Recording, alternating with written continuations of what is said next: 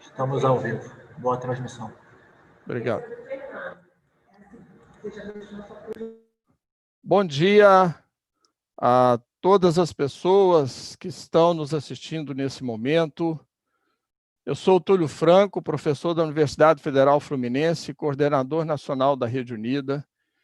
Estamos agora iniciando a atividade Vidas Vivas, pesquisa sobre suicídio na Irlanda e arte como dispositivo, com nosso convidado, o artista irlandês vindes. E estão conosco também como convidados para fazer esse debate com o Semes, após ele apresentar o seu trabalho, Jacquard Gogan, diretora do Instituto Mesa e professora colaboradora do Programa de Pós-Graduação em Artes, o professor Luiz Guilherme Vergara, coordenador da Graduação em Artes da Universidade Federal Fluminense, membro do Programa de Pós-Graduação em Artes do Instituto Mesa. Está conosco também Adriana Vieira, a quem nós agradecemos, que é intérprete e vai colaborar com a nossa discussão. Agradeço ao Guilherme e à Jéssica, que mediaram o contato com o SEMES e tornaram possível este importante debate que nós vamos fazer hoje. Para nós, da Rede Unida, é um prazer trazer à discussão a experiência de um artista que, na sua arte, trabalhou narrativas sobre suicídio, uma pesquisa com método inovador, e, com essa pesquisa, apresentou e aprovou um doutorado numa faculdade de medicina na Irlanda. Algo realmente que nos interessa muito conhecer a sua experiência, a sua pesquisa, interagir com a sua arte, o seu conhecimento, e é isso que nós vamos fazer a partir de agora. Agradeço a todas as pessoas que contribuíram, as pessoas que estão nos assistindo. Eu passo agora ao nosso convidado, Semes, para fazer a sua exposição e contribuir conosco na sua experiência. Muito obrigado, Semes. É um prazer ter você conosco aqui.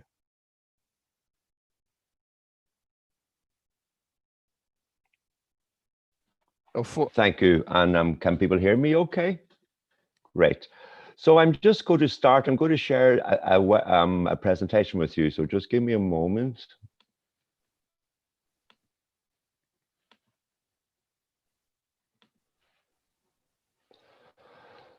So I just want to give you a little background to myself. My name is Seamus McGuinness. I live in Ireland, and greetings from a very wet and windy west coast of Ireland today. I am envying Jessica sitting in the sunshine there.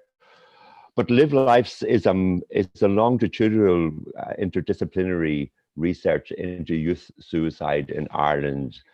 It's a collaboration between art and science, and while cloaked in secrecy, shame, and hidden from public conversation, suicide is nevertheless very heartbreakingly and very present in contemporary society. Increased suicide statistics worldwide, especially among young people, render this an urgent subject. Yet how can we approach such painful memories and necessary conversations amidst the challenging social stigmas? Today, I will discuss the project Live Lives, which is an ongoing collaborative art project that goes behind the statistics to capture the lives and stories of young lives lost to suicide in Ireland. It is useful at this stage to look what stigma is.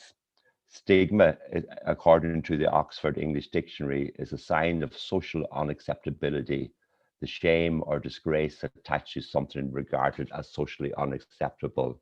Therefore, there is not many languages that can address it. And it is, if we cannot form a language to address suicide, if we cannot say the word, how can we possibly help those who feel it is their only way to make this awful decision, which not only ends their lives, but destroys the lives of many? So I'm going to start with this piece of artwork called 21 Grams.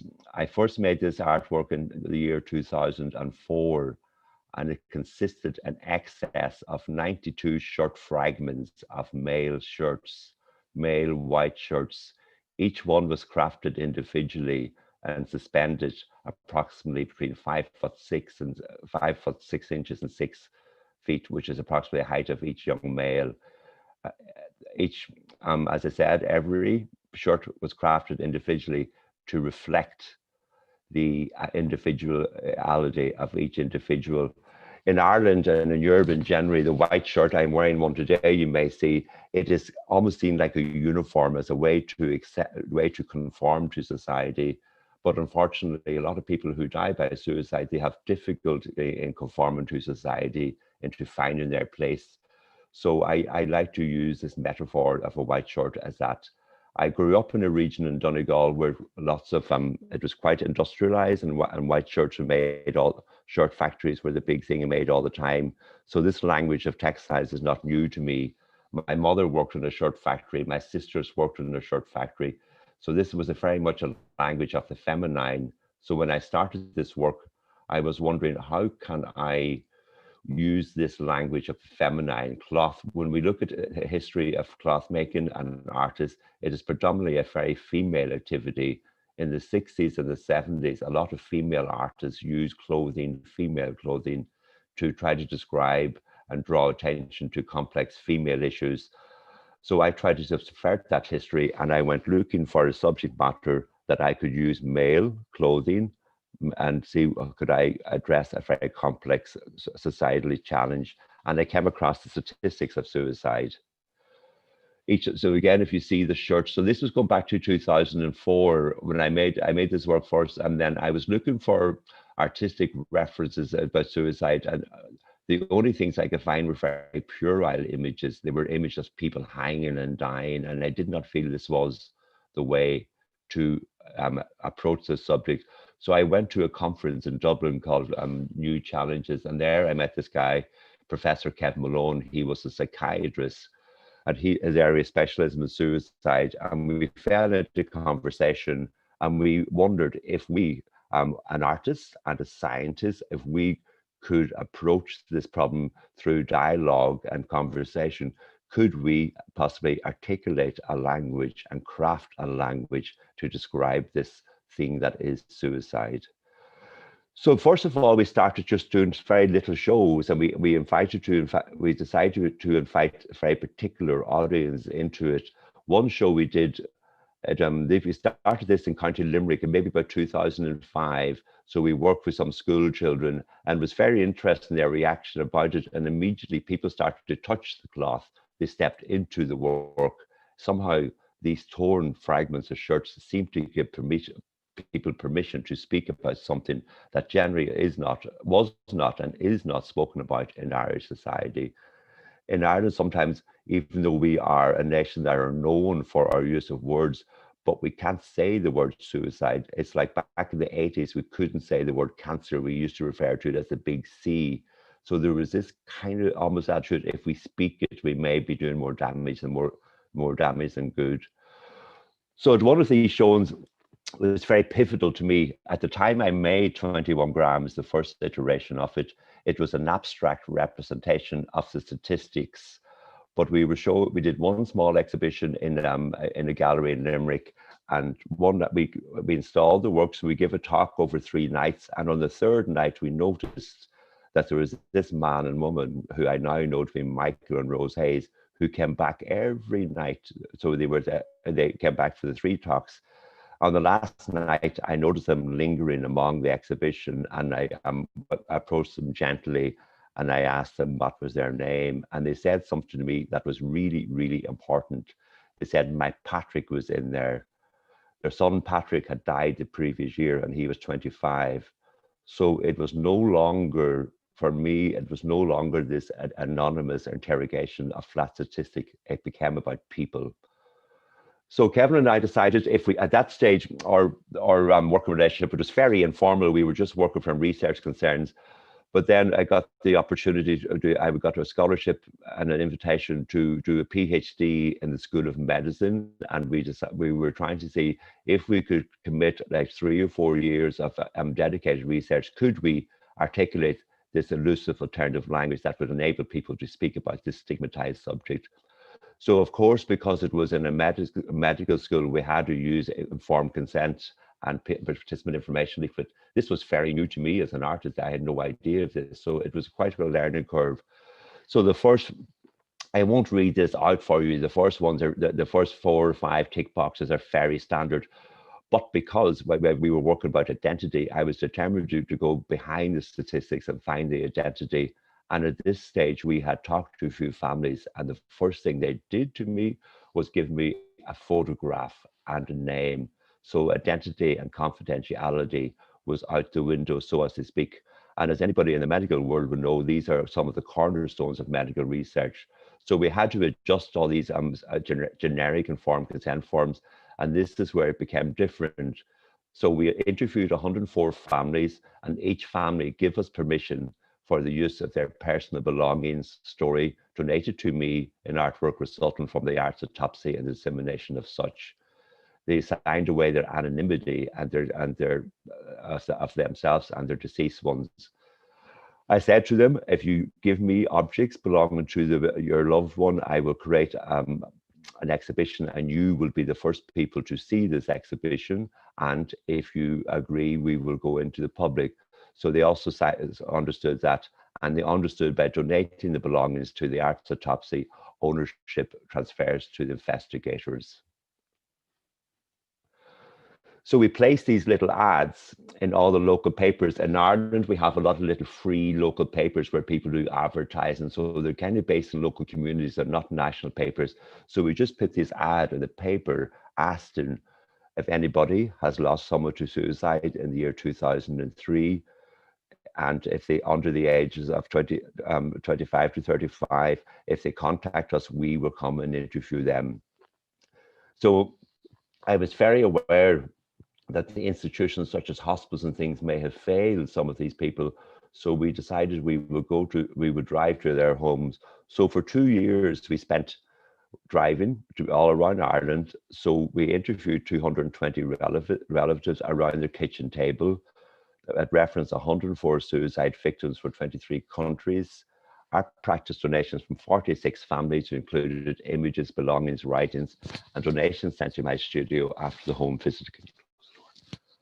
I did not want to take anything from the families' homes when we interviewed them. I asked them, could they consult their wider family and friends just to make sure it was okay with them. So for a long time, all these objects started to arrive to my studio in these boxes and bags. And so people went to discuss with the family, decided what they wanted to donate and posted to me directly to my studio. A lot of interesting objects arrived. Some were kind of wrapped very individual. This one I liked very much. It was a broken hurl. A hurl is something that's played in an Irish game, hurling. It's like maybe camogie, or I'm not sure what the Brazilian, but it's a wooden stick used to hitting the ball. But what I particularly liked about it, it was, if you see at the bottom, it is broken. So for me, that was it was really a beautiful symbol of broken masculinity.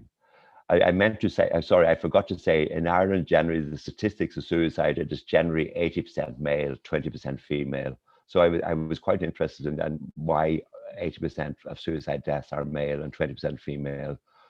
We also got objects like this, like Nessa's dress. This was a graduation dress that Nessa wore. Nessa was 17 when she died. She wore her graduation school 3 weeks before she died.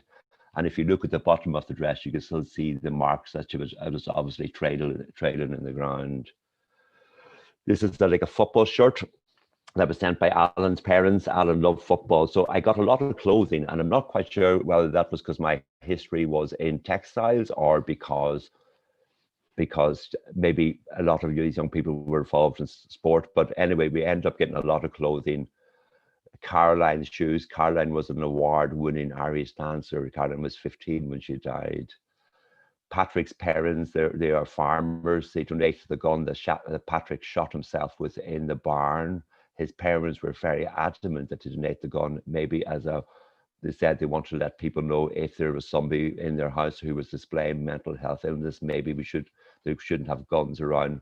It is very common in Ireland for farmers to have guns in their homes. So we're going back to 2009 now. So the deal was with all the Live Life families. I was saying, if you trust me with these belongings, I will make an exhibition and you will be the first people to see that exhibition. And then you can decide to withdraw everything or anything from the exhibition if you wish. So this brings us up to 2009. So I decided to, rather than try to create pieces of art, some of these pieces, I just decided to represent them as they were, as I got them. So in this room, Patrick's room, there was Patrick's, the gun that he died by, his guitar and a pair of jeans. In Alan's room, his mother and father sent me all these different photographs of Alan, and they have notated on the back. So part of me found some of the backs of it much more interesting than the fronts of it. But a lot of parents said this was a really good thing for them because it gave them it was like divesting of objects. There was a lot of writing around when people die, is how do we divest of the physical objects? So it was quite cathartic for lots of the families. This is it was Jonathan's room, his parents. If you can notice in the middle of the center, there's a red thread going there. So the black bit in the center is his home, and his parents traced out the road he walked, and he had killed himself about maybe about 2 kilometers from the home. So that was a very interesting thing. This was a text that Robbie had sent to his mother. Robbie was living in America, and he for some reason he ended up locked in the basement, and he died in the basement. So he sent this text to his mother maybe about 3 minutes before he died. Caroline's mother donated lots of objects from her room, mainly jewelry and clothing and makeup, anything that you'd find in, Catherine's mother, in a young teenage girl's bedroom. But to me, the bags that they came with and all the notation and the writing told more about the objects. So I decided to present them in the bags that they arrived in. Robert's sister sent us Robert's football shirt, and one of the things she said to me, which really struck to me, is she was talking about suicide and mental health, and she was saying, the thing is, it's not like a broken arm. You can't see it. Nessa's dress, Nessa died in, and also her parents, if you look in the background of that image, her parents donated a lot of photographs over Nessa's life cycle and notated all the things that Nessa was up to. So now we're going to watch a number of videos through this. So the families agreed that everything should be documented as we went through. Initially, I only wanted that documentation so that I could reflect on afterwards. When I was working with the families, it was a very intense one-to-one moment, and I felt that I would forget what happened. So we videographed all these engagements, but then when we showed them to the families afterwards, the families were saying, you must show these because this is our pain, this is our reality, this is what it is like. So I'm going to play one video for you now. This is quite emotive and disturbing, but it is, as the family said, this is what happens when somebody in your family dies by suicide. So hopefully all the videos work okay, but I'll just play it. And Adriana, this one is not subtitled, or it is subtitled, but I don't think it needs translating.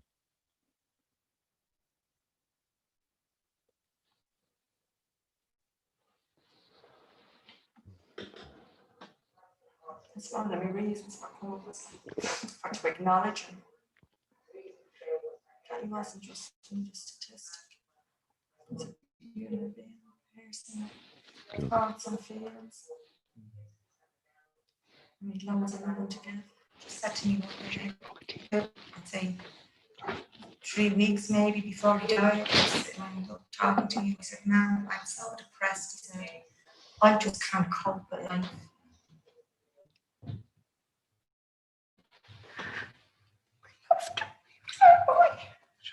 You told her. We did. I always. No, we did. I mean, he was even taller than you. And I'd go and I'd hook him. And I'd my chest, my head running in his chest. I'd say, "I love you, Harry." I love you too, man. It's just unfortunate. He's very sick.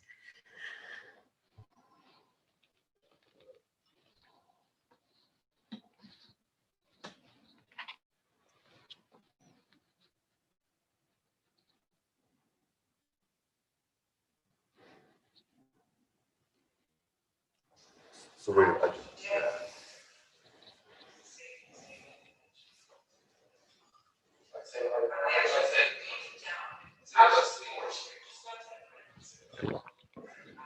that's him, all right.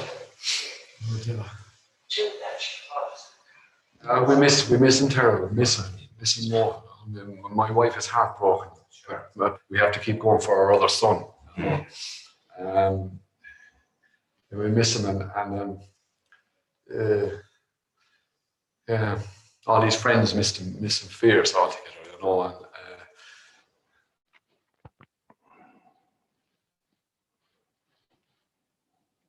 I knew like art. I knew like art, but you just had this.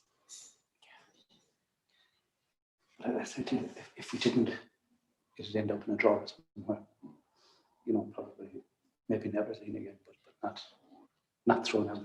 You know, so this is something useful. You know, she was so proud of it. You know, she looks so good. She did. Stains and all, because I didn't get it cleaned or anything. The stains are still on. That's the sign of men's awareness. That's it. That's what I said. You know, because when I looked at it, I said, "Come on, what the hell was she at? How did she manage to get so bad?" I think she's probably treading. Yeah. But even up here, like it's obviously. Still have the. It's getting grubby now, isn't it? Look, you can't run with it. That's that clock. Which is the first thing about the clock that we never realize. Comfort blankets.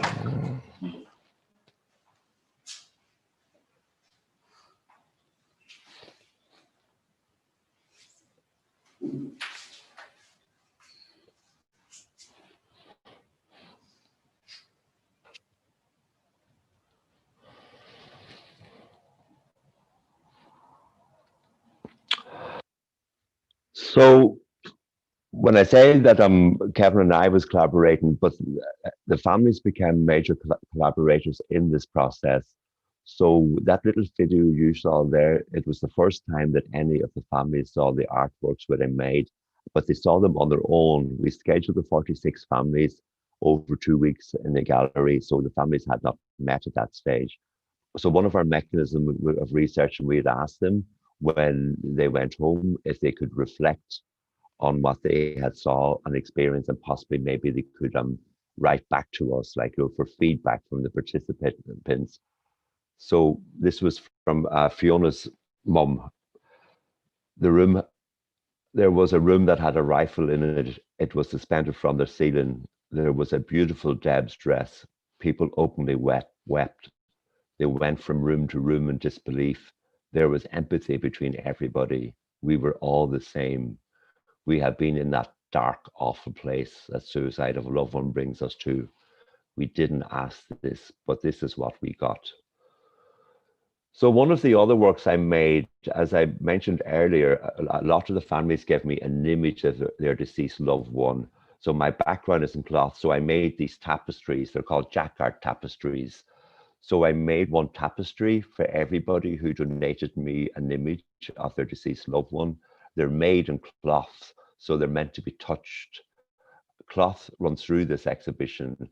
I like the idea, if we touch the artworks, we may touch the story. So I use that as a metaphor the whole time. The next video we're going to look at is when the families entered this, the Lost Portrait Gallery for the first time, again back in 2007. And if you notice towards the right-hand side, there's a gap on the wall. So the families have the right at any stage to withdraw anything from the exhibition. And one of the families decided they wanted to withdraw their child's portrait because their extended family didn't agree with the research. So this is quite important. Generally, when we start these kind of long-term research process, the rules are set and they don't move. But I really believe when we're dealing with this kind of agony and pain and loss, it has to be adjusted all the time. So there was a gamble making these works. I could have spent 3 years making these works and I could never have shown it. But to me, it was the only ethical way to proceed. And I think it's maybe possibly at this stage of work because the families are still involved in the process of 14 years later. So they are the co-owners and the co-producers of these works.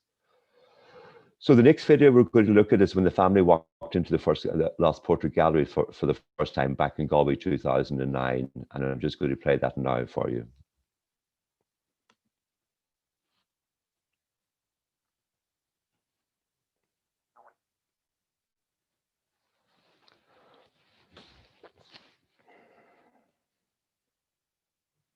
You know, and there we're at family gatherings when everybody's there, and you know, Patrick's not there. He's never going to be there. And I think I'd be grieving for that for the rest of my life. It's never going to be. Never will change. Yeah. Hello, I'm here. I'm grateful for what I have, and I try to, you know, be grateful for what I have all the time. But it still doesn't take away from the fact that my son died by suicide. He took his own life.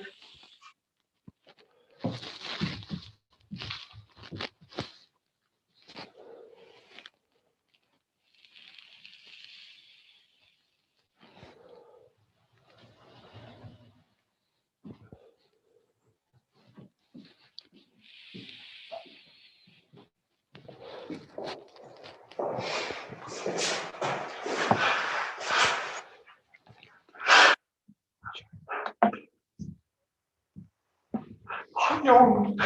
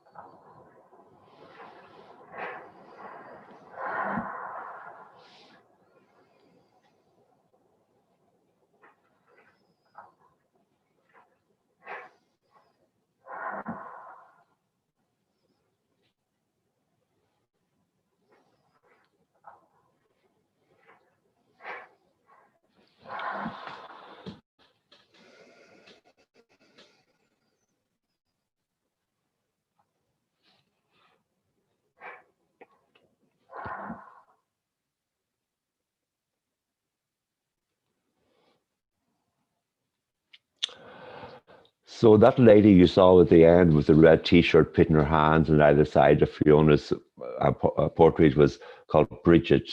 So Bridget wrote back the following week, the most profound part of this visual arts autopsy for me was when I went into the white circular room.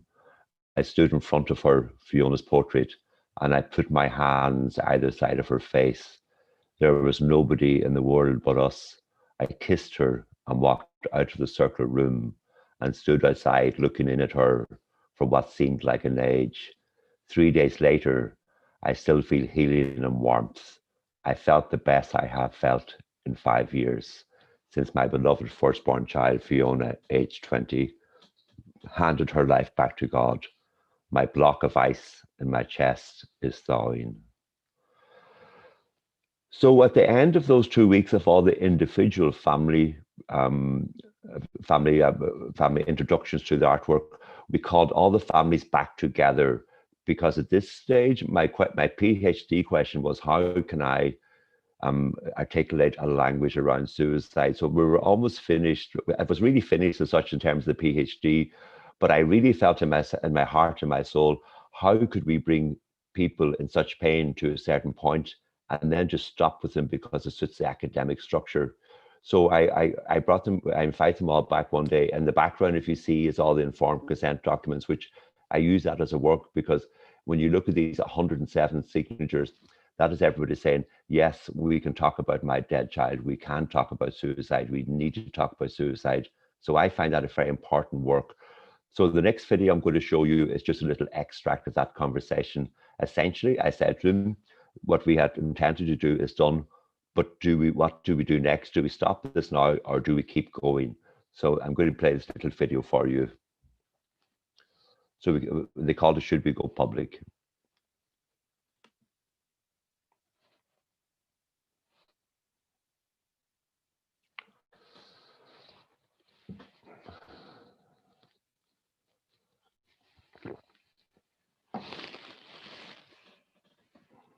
Mhm. So I would just like to open the floor. Has anybody has questions or ideas? I think this decision only can come from you. There's nobody else can make that decision. Size more for the help out there, for to be more help for people that are depressed. My son was thrown away from 2 hospitals and he was dead in a couple of days looking for help, and he sadly went and just took his own life then when there was help there but was refused. And I think publicising the whole thing might save someone else's life, that the authorities and the government open up and really look at it. So I would personally agree for it to go forward. I'm a grandmother and I lost my son. And I think we all knew there was something wrong, but none of us could put our finger on it really. And when we did try and get help, like we need to motivate politicians and government to help us. And if we go forward and the project goes forward, like it's not an instant. if one family is saved, what everyone here has been through, even though it's hard work for everyone involved and painful, it would have been worthwhile. I was just going to say, it is that thing that you think that will never ever happen to your family, and we definitely never ever thought it should happen to us. And I think that's the problem. Everybody else that's out there thinks this will never happen in our family, you know, and it's not until it hits your door. And I think the only way to make people realize this can hit your door is what you've done upstairs, because it's actually these are all I was reading into young, ordinary young people. He was an ordinary young. He was a, you know, and I think even if people have had trouble, you don't expect them to do this. I agree with everything everyone said pretty much, but I just wanted to say about the age issue as well. I certainly don't think kids need to see this, but I think I wouldn't go with the over 16s necessarily. I mean, there was a girl as young as 14 here today, and you know, I just think I would vote for that age limit, but have it be younger, maybe at 13 or something like that. I mean, so far you've been really responsible with how you introduce people to this and bring people to this, but I'd be really keen on there being, like, it's not just a walk off the street exhibition, that there's an explanation that this is actually profoundly sad and you know, profoundly moving for people as well. And you know, I think people need to be warned, you know, it's not just walk in off the street, you know, it's really big stuff. So. Kevin was saying, is Official Ireland ready for this exhibition? You know, this process. And I think there's also a question, is the art world ready for this process? Because like, if you put an exhibition like this into the Irish Museum of Modern Art, it is exactly as you say, people walk off the street. Then on another hand, you're saying, be very careful about who you're letting in. Surely you want everybody to know the effects of suicide on families. So why would you want to, you know, say, have it? Why not go out and put it in the museum of anywhere where crowds of people come in and let them see the effects of suicide on people? How shocking is being told by your daughter that your son, or who everyone here has been told, we're seeing an exhibition, like, no matter how, you know what I mean, like, yeah, it's real, it's here. And no protection for anybody who, you know, or anything like that. And part of me feels that expose it to everybody, because everybody wants to know about it. I think it's keeping in some ways a stigma alive, unfortunately, that goes with suicide. Let everybody know and understand and not be afraid to use the word and talk about it openly. if you want to take it on the national level, it's not too late to try and influence, you know, the powers that be, whether health or politicians or so on, to make changes. There's an ad for a horrific road crash, some of them really dreadful. And, you know, this is on your television most nights of the week. And we have far more people die by suicide than by road crashes. Yet we are worried about offending people by, you know, putting on a public exhibition. So I think we shouldn't be reticent about that at all.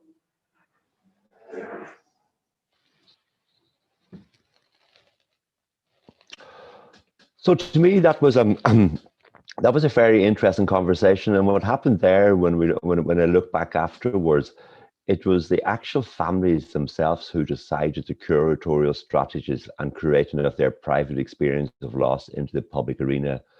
Generally, the people who make those decisions are either cultural institutions, be it a gallery or museum or a curator or a university.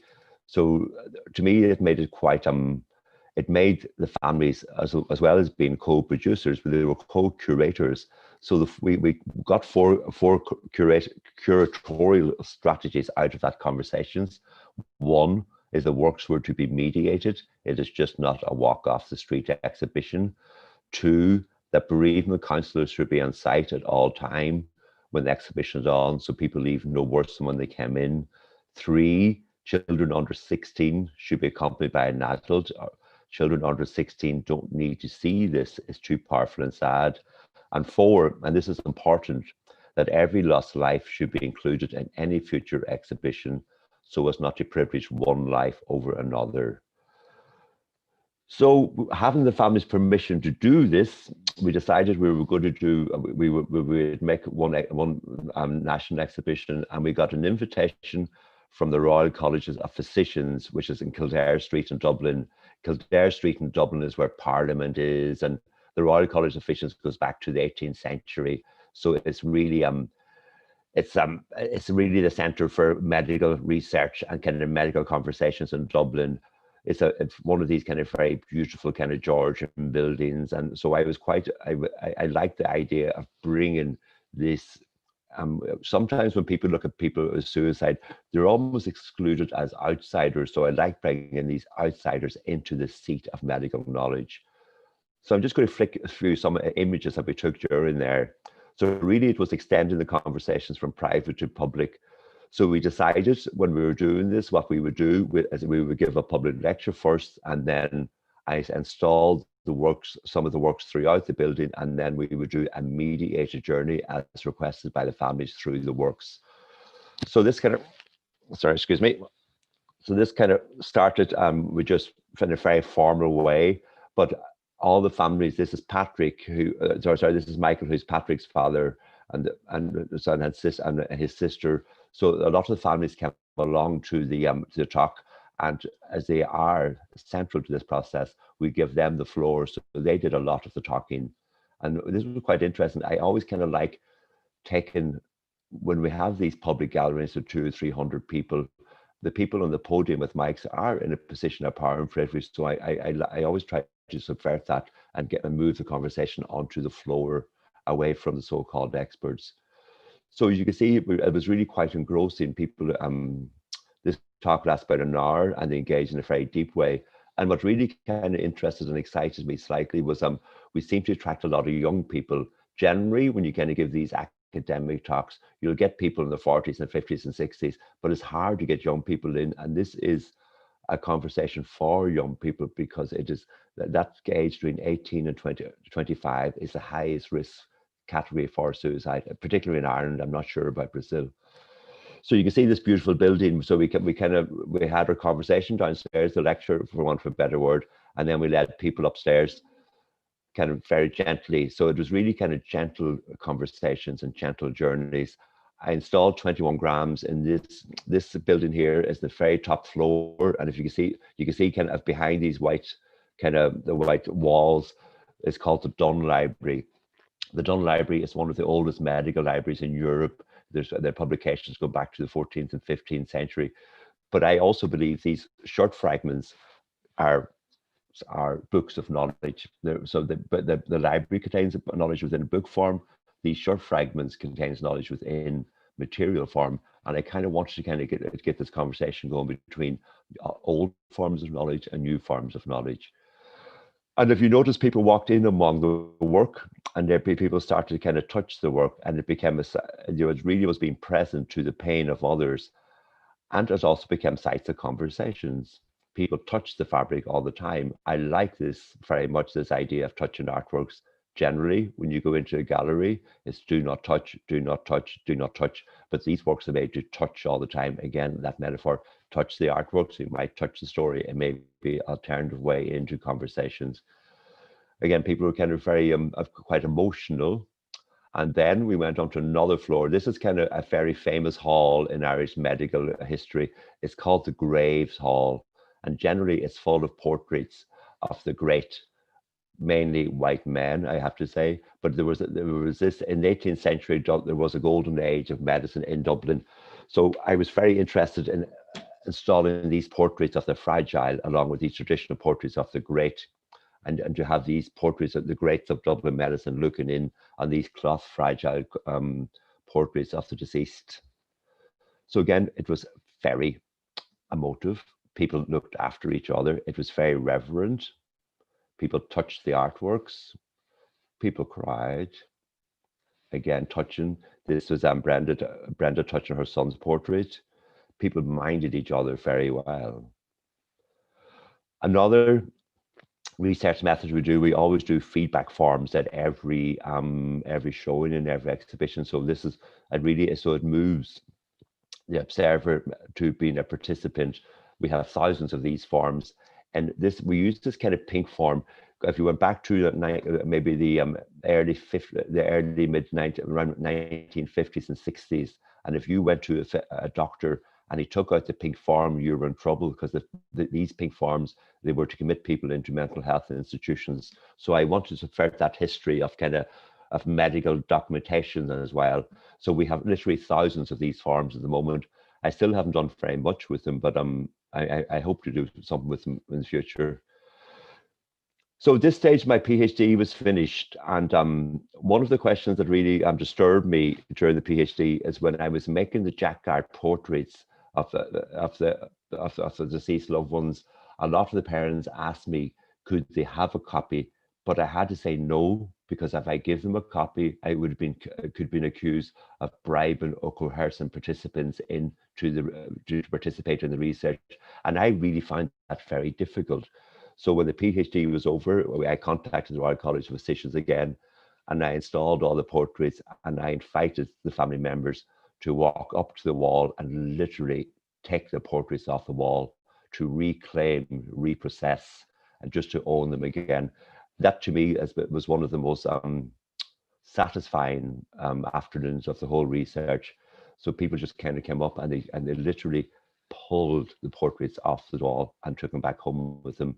I just made one request, was not to put them behind glass.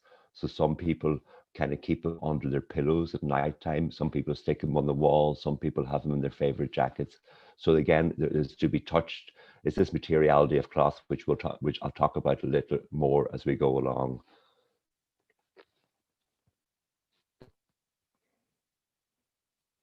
So you can see there was quite a joy. It was quite a joyful occasion. So we just wrap them up and let people take them with them. So now for the rest of this, I'm not really quite sure how we're doing time, but we're going to keep on going on. So I'm going to talk now, this is about the most recent project we've done. It's called From Tory Island to Swift's Asylum. Tory Island is a small island off Donegal, the west of Donegal. It's got a population of about 150 people. Swift's Asylum refers to St. Patrick's Mental Health Institution in Dublin. It is the largest mental health institution in Ireland.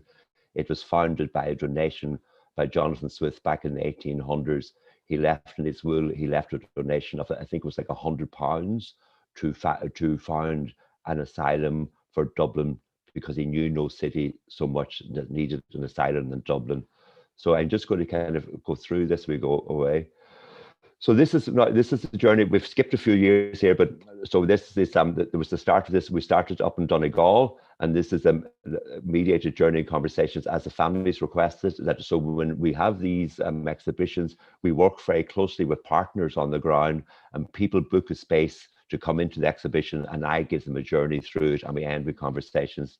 So I'm just going to start with this one now, if you can bear with me.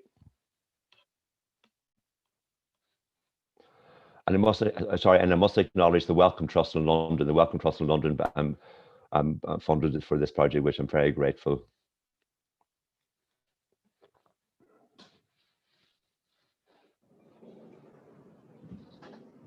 This piece of work is called 21 grams.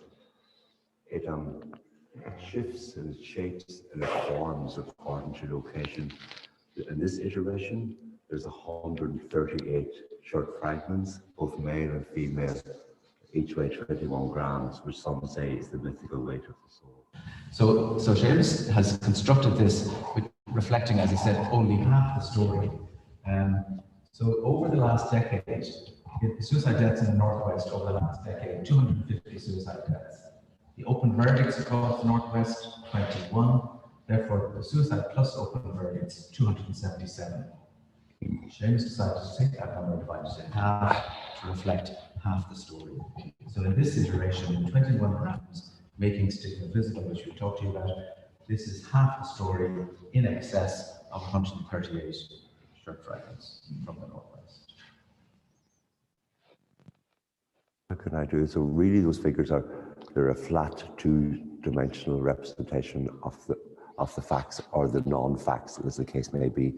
But so when you translate it into this three-dimensionality, there's no denying that every one of these shirts represents somebody's son, somebody's daughter, somebody's brother, somebody's sister, somebody's father, somebody's mother, somebody's aunt, somebody's uncle, somebody's cousin, and on and on and on. I'm going to invite everybody, if you wish, just to dip your finger in the ink and just slowly walk through the works. Do you find one kind of shirt that you relate to in some way? And we could take our time doing this. We're no rush, and just very simply make that human gesture, make that human mark on the shirts to make this invisible thing called stigma more visible to society.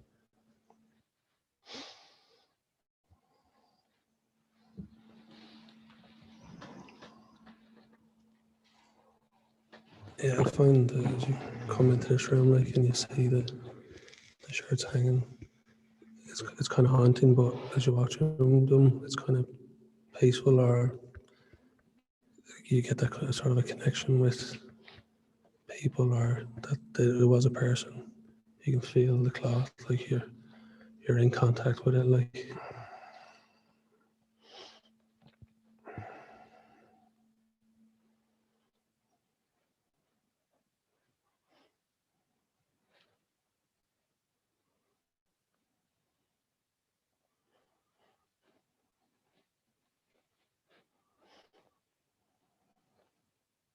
So this piece is called the Lost Portrait Gallery. When we were talking to the families, I asked them to donate anything belonging to the deceased, and any family who gave me this photographic image, I made these tapestries of them. So they're tapestries made in cloth. Cloth runs through this exhibition. It is like ourselves. You can cut skin, you can cut cloth, you can stitch skin, you can stitch cloth, you can stain cloth, and we also can stain humans. We have Rebecca 14, Caroline 16, Richard 15, but Caroline and Rebecca were best friends. And so their mothers asked them when we install them in the gallery, can we install them next to each other? And they're buried head to head in County Meath. We have Richard 15, we have Mark 16, we have James 16, we have Harry 27, and then we go on to Killian 17. So the reason why we have James 16 and Harry 27 is that they were brothers, and the mother asked them when we installed them in the gallery, can we actually install them physically touching each other? So we have Killian 17, Nessa 17, Kieran 17, Richard 17, Ross 19, Ross 20, Robert 20, Christopher 20, Fiona 20, Dominic 21, Mark 22, Stephen 22, Lane 22, Robert 23, Patrick 23, Martin 24, Shane 24, John 24, Robbie 26, Alan 26, Eric 29, Lars 32, Paul 33, Damien 41, Tony 41, Huey 41, to make any material belong to their deceased loved one, and we'd make these works for them. So at the time, I asked them not to give me anything immediately, but maybe just discuss it with their wider family and decide what this getting in. So these boxes and things kept arriving in my studio for months afterwards. Mark's mum and dad donated 2 hats. He had 1 hat for work and 1 hat for play. Paul's parents donated, these was Paul's favourite shoes. I think Paul too, they also donated this, which I thought was really, it was this kind of hurl that was broken. I thought this was another very poignant, powerful symbol of broken masculinity. Nessa's dress, this was the dress that Nessa wore to graduation. There's also a photograph of herself and her friend, Fiona's mum.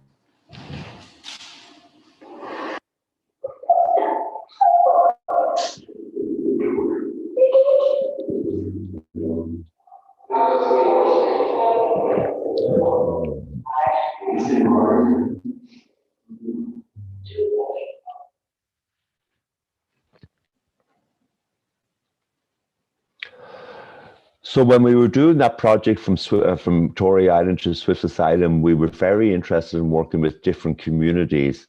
We were interested in working with family communities. We were also working with the mental health services and also first responders.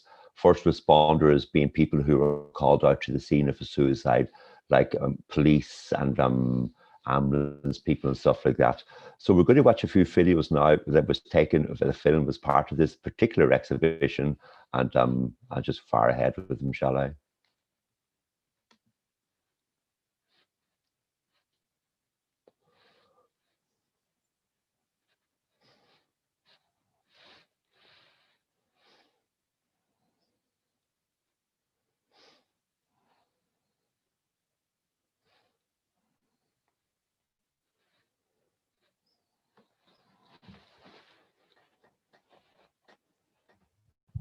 Hello, everybody, and I feel quite privileged to be here today, and I want to welcome you.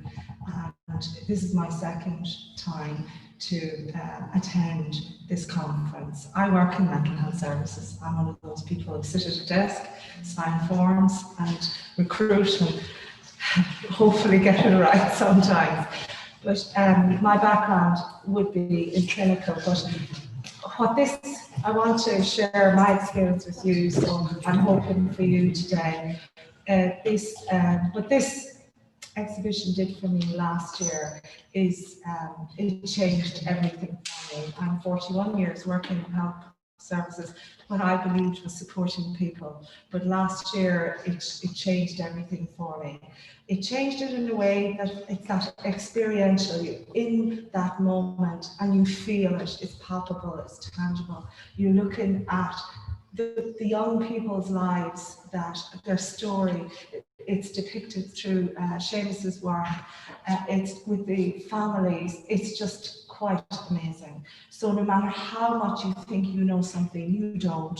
And that reminded me every day since that day, and it continues to remind me. So it's a little bit what Kevin said this morning, and many of the other speakers, and I have so many words. I write words down when I go to conferences, so I can go back and put them into some of the strategies we're developing. And listening is important. This is listening by visual, it's listening by touch, it's listening by just a sense of awareness all around. And for the families and the extended friends who gave consent, who participated in this, thank you from the bottom of our hearts. For us that are trying to develop and shape the services as we go forward. So it's a little bit, I liked what Kevin said this morning, I'm going to say it again. It is time now in 21st century Ireland that we move from awareness into action, knowledge and understanding. And I believe this exhibition will help us achieve that in those steps we take from today. And I know. And the next the next video clip we're going to watch is we engage with the first responders, which I mentioned earlier. So what we're trying to do in this project is to engage all the communities that suicide affects. So obviously it affects the immediate families, the friends, but it affects the services around it.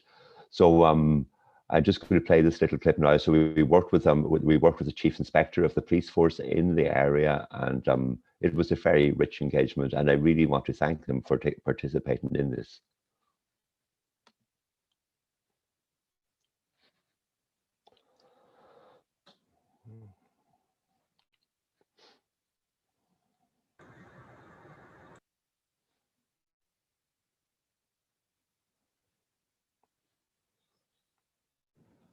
What is your immediate thoughts and feelings after viewing and experiencing the exhibition?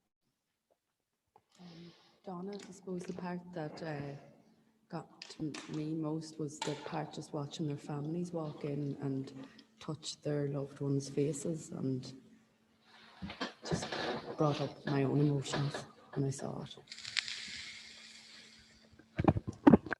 Right, I suppose for me it's the shirt collars and the empty spaces that are left behind. Lisa, the impact it had on different families from it affected me as well. Emmett, I suppose coming around the corner, I wasn't prepared to see this, and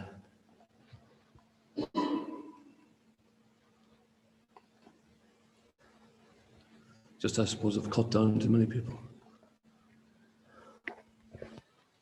So how do you cope in your daily work of being called out to the scene morning, noon and night? Just, and that's the question I want to ask you.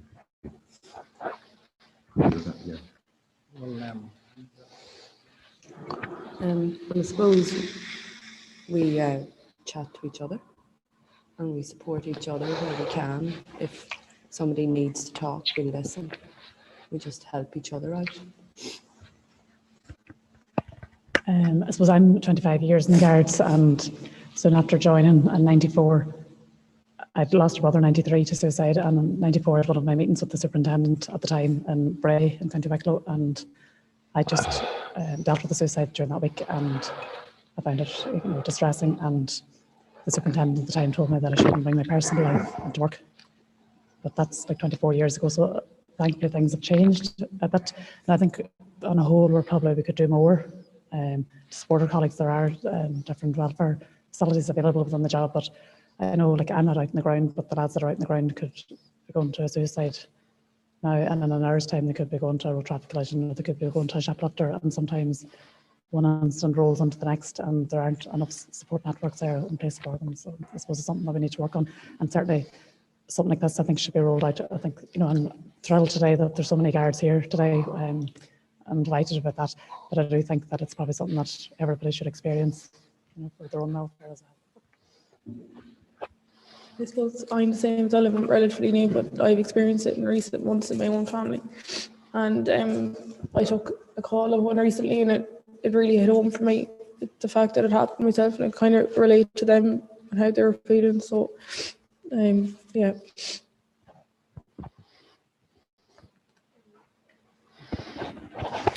Yeah, I agree. It's simply about talking, and I think each one is unique in the sense that how it impacts you, maybe where you are at the time in your own life. So it's very much, some you may not think about it ever again, and then some can stay with you. So it just depends.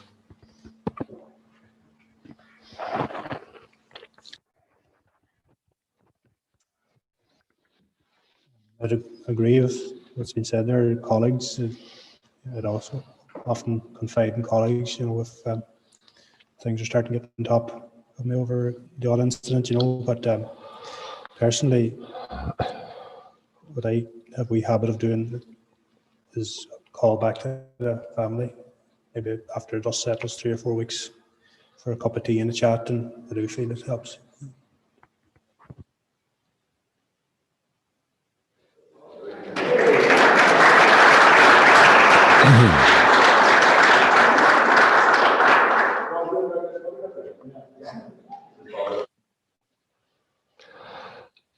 So another community we worked with is it was a very vulnerable community. It was 16-year-olds who were in school in Letterkenny, and this is one of the age groups that are very they're high risk, for the want of a better word. There's a high incidence of suicide between 16 and 18-year-olds. Generally, in conventional suicide research, they don't talk to anybody under 18 for that fear, that stigma. Maybe if we talk about it, it might plant an idea in their head. But I really don't agree with that. If we are trying to address a problem that is affecting deeply 16-year-olds, of course we have to talk to 16-year-olds. So the next little video is a group of 16-year-old students who came and visited the exhibition. Sorry, I forgot to mention before I showed the Garda one, they got the tour of the exhibition, and then we always end up under 21 grams for a conversation about what their experience that they felt going through it. So I'm just going to play this next video for you quickly.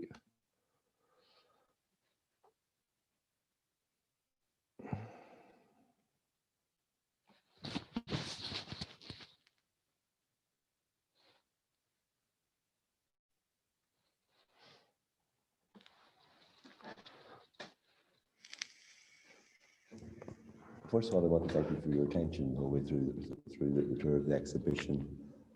At this stage, we're just going to ask a few questions. Remember, there's no such thing as a silly question or a silly comment.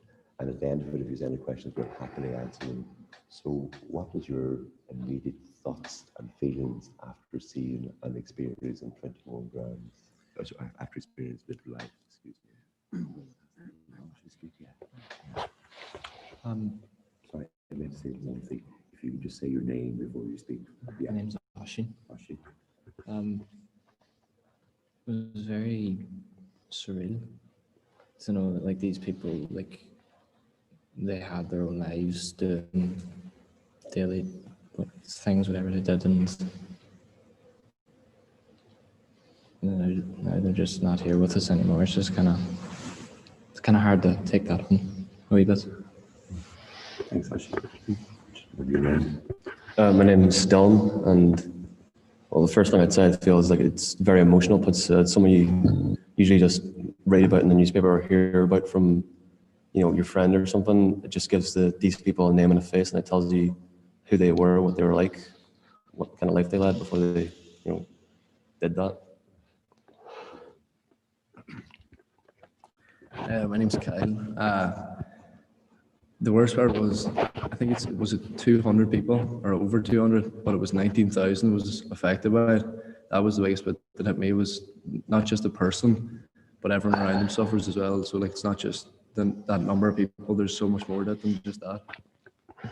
My name is Mohammed, and it's very emotional to see the amount of people that have committed suicide and the amount of people that are affected by it. My name's Zaire, and I think just by watching those videos, you could tell how much those families were affected by all those people. My name's David, and you see all the stats and you hear all the stories about people committing suicide, but you don't actually relate it to yourself. But then you see the people, and you see that they had their own lives, and they thought the best thing to do was to end it, and you just think there's got to be like a better way out. But for them, they didn't see any other way out. My name's Aditya, and it hit me hard the way, like, the stats and how when you see the archive room about how people kill themselves and they thought that it was their only way out, and it hit me hard because, like, I've had some experiences like that in my own family as well. It's just very eye-opening because any one of us could be experiencing that, and especially with the possessions in the next room. It really shows you that they're just normal like us, but they have problems going on in their life that we don't know about. So then one of the next questions, we worked very closely with mental health providers in Donegal, and one of the questions we asked them, is there a role for this type of research, for this type of art research in suicide research? So I'm just going to play the next video, and we're nearly finished, so bear with me.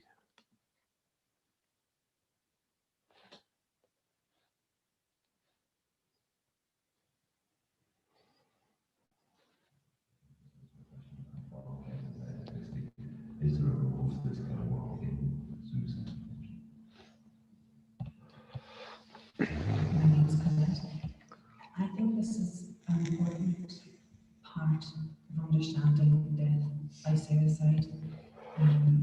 We all work with numbers, statistics, spreadsheets, and you might see a name, an age, and think, my goodness, somebody's gone. And then when you walk through this, you see faces. I love the sensation of the threads, and I love the weight of each wee individual colour, because to me it's the weight of a small bird. And that's really how fragile life is. And how fragile the link between life and death is for people who are in such trouble. And I think the strength of how visual this exhibition is, it helps to consolidate between what you do as a professional and you as a person. And it makes it really obvious that the two should go hand in hand if you're to be effective.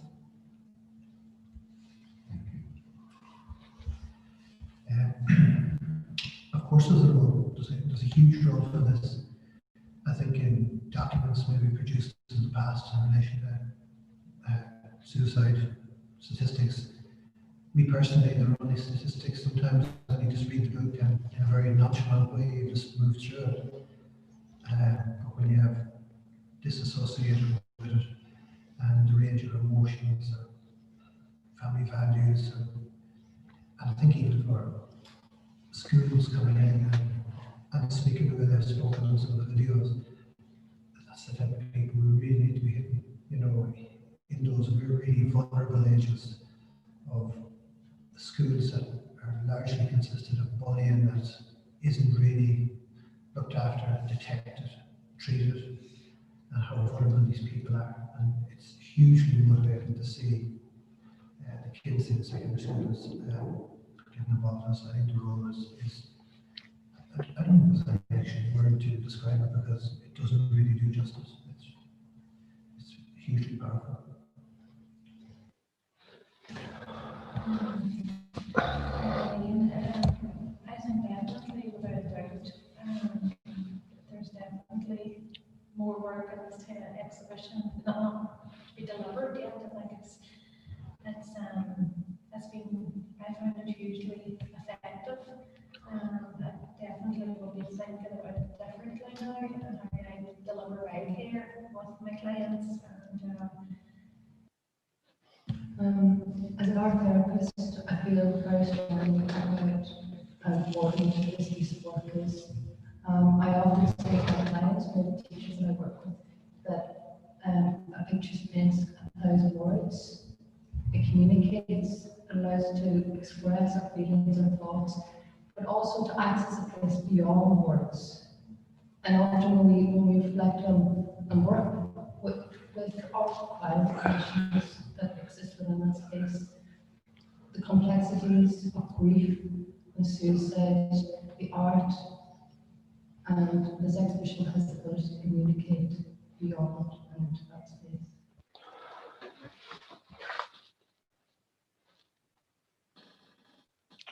So we got just one more, yeah, two more videos look at it, and another community we work with was family members. So these are family members of the original Live Life families who we connected with in 2006. And the people you're going to see in this is Brendan. Brendan lost his brother to suicide, and I think Brendan was maybe only Brendan was maybe in his early 20s at the time. So I'm just going to play this for you now.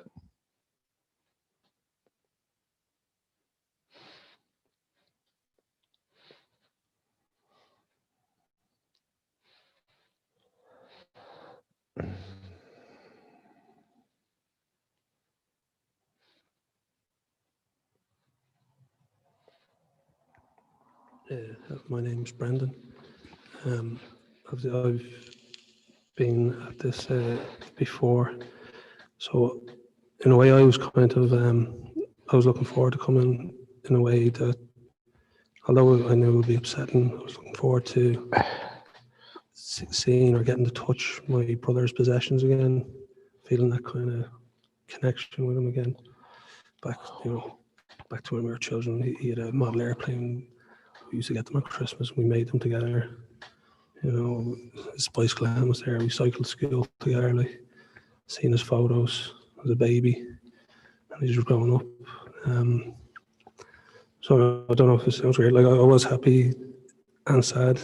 Happy to get that connection and just bring back the emotions. Like, I wouldn't. I suppose as time goes on, you don't think as much. You have your own families and life moves on. I enjoyed the fact that it sort of brought me back, but in a sad way. I don't regret coming. I enjoyed feeling that connection with him again.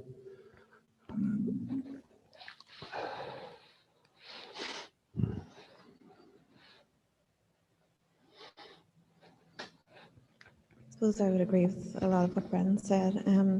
The shirts, I think the fact going around touching them, like you just, you would touch someone's collar if it was sticking out. You'd love to just do that to him. I'd love to be able to do that now. And like that touching the cloth, just if you could just touch their face and see, like, I'm quite short, he was very tall. And it just reminds me I was always looking up at him. And it's nice to be able to do that as well. And it still gets you, even though, you've been here before. It just still hits you. And the fact that this is still happening, and this is just 10 years and Donegal, and half exactly in just one county, it is just awful and shocking and very sad. And all the families that have to go through what we have done, I just don't.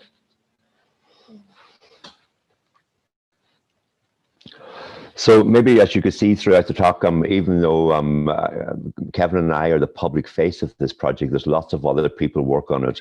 We work with the mental health professionals, first responders, teachers, and we also have a bereavement counsellor on site. So this one last thing we're going to look at is just like a little closing session we do with all the people who come to see and talk about the exhibition. And one thing that I decided very early on, I don't attempt to heal anything or to fix anything or to make anybody better. That is not the role of an artist. That's the role of the medics. What I attempt to do is keep the question open and maybe arrive at the next awkward question and provide ourselves with a language for words to describe the awfulness of death by suicide.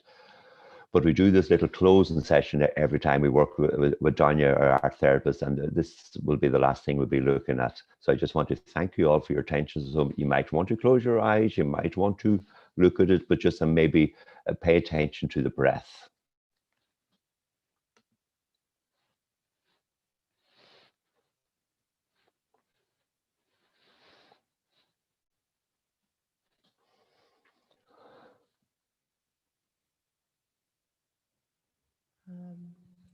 Yeah, I guess I'm just aware that, emotions are high, naturally enough, and just the upset, the tears.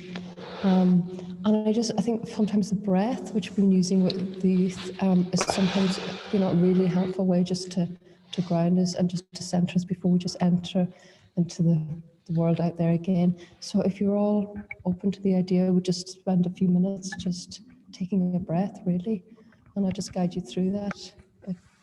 You're comfortable to do that? So just getting comfortable. And if it's comfortable, you just to close your eyes, and if not, you can just find a spot on the ground. And just taking your attention to your breath. And just noticing the inhale and exhale. Inhale and exhale and release. Inhale and release. Taking your attention to your face, your jaw, neck, just releasing any tension.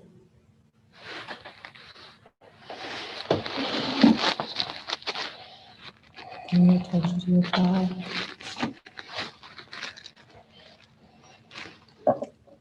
your arms, and again, just let it go.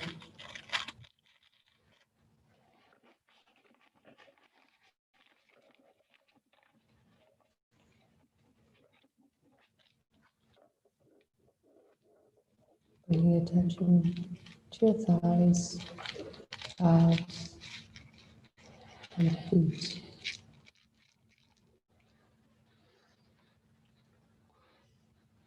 And just relaxing.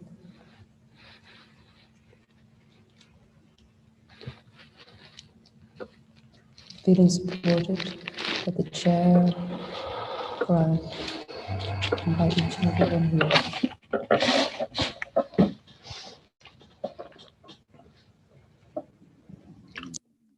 Just finally bringing your attention back and just 3 inhales.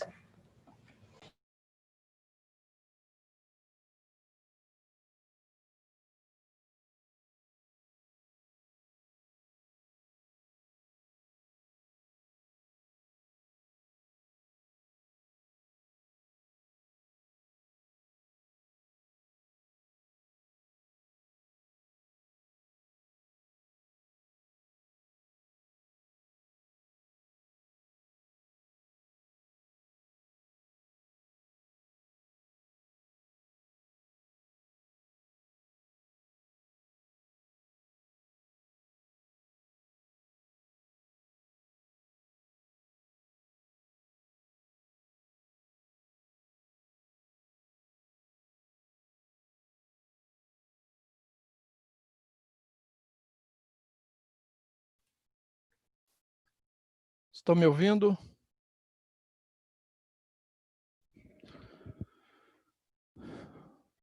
Muito obrigado, Semes. Nós temos algumas questões que foram colocadas no chat. Rapidamente. Alice Yamazaki colocou: bom dia, Túlio Vergara, parabéns pela atividade, tema importantíssimo na sociedade contemporânea. Rui Júnior: importante debate, interfaces e atravessamentos entre arte e saúde. Nós temos 3 mensagens do Rafael Diamatei, que eu coloquei aí no chat, e acho melhor que seja lida em inglês. Vergara ou Jéssica podem fazer a leitura do chat.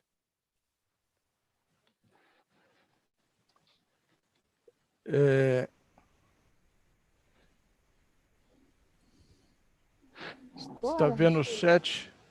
A primeira dele Are we speaking to me, Adriana? Yes, yes, I can. And can you hear me okay? Brilliant.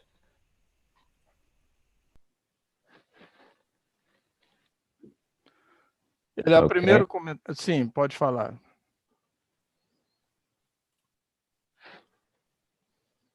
Quem vai traduzir? A Adriana vai traduzir. A Adriana está fazendo a Tá. tradução normalmente. Ela já fez no direto dela. Não, eu faço... Adriana, você viu o chat, por favor? Sim, por gentileza, 3 comentários em português.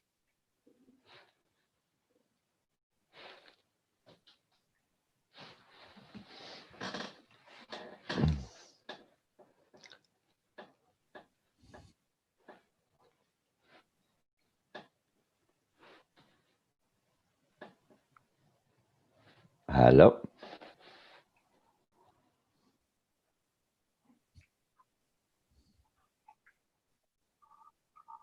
I can.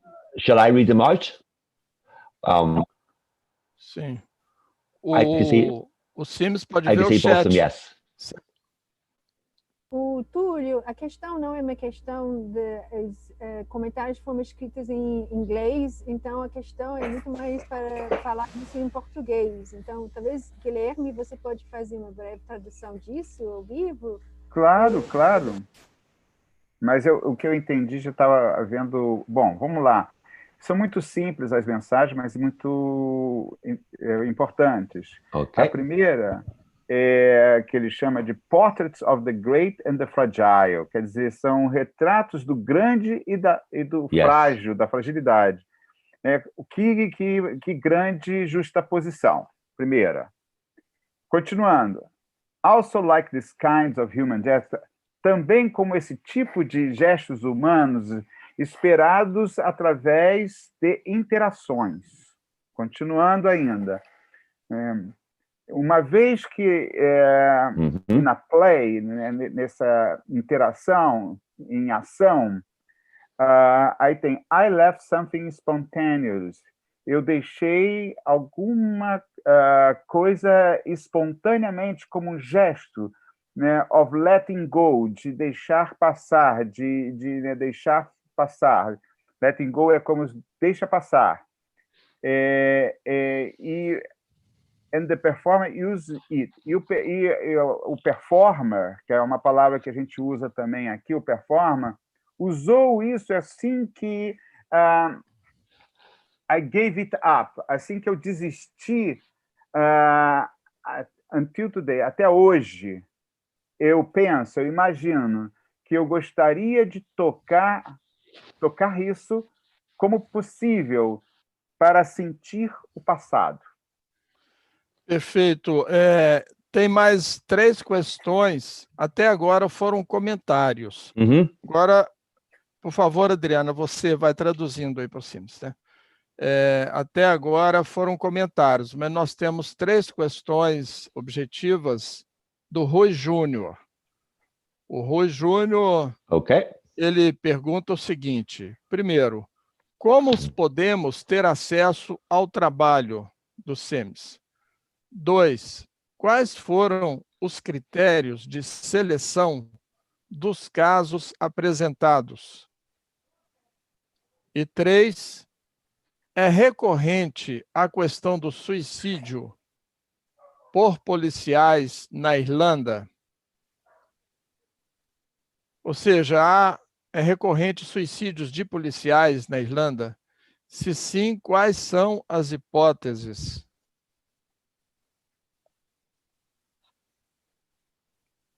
E também, que eu estou entendendo, uma coisa dessa terceira questão é se é comum o atendimento de casos de suicídios por policiais na Irlanda.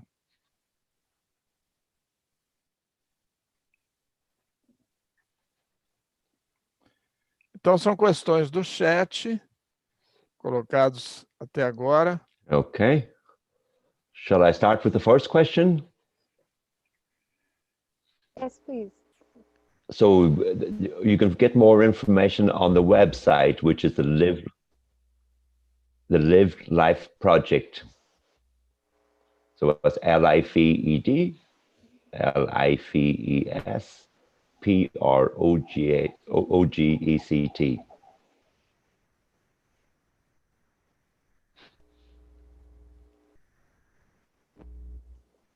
Is that okay? Okay. Yeah, but the website has been redesigned at the moment, so it will not be available until November the 5th. I'm sorry about that.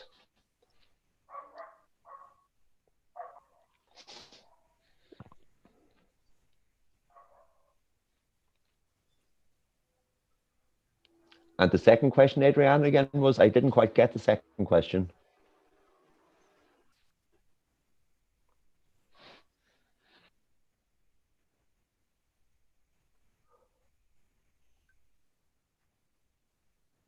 The selection, we selected we advertised in local newspapers for families to come forward and volunteer. and everybody, like every family, we do not select the families. There is at least one object or one image of every family who participated in the exhibition.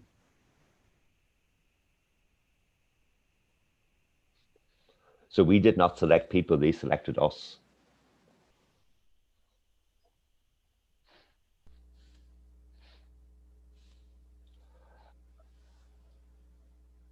The people selected us. We advertised in local paper, and then people got in contact with us. In England, there was a big survey where where hospitals called people who had lost families to suicide, but I felt that was inappropriate. I didn't want to do that. I felt that would be intrusive.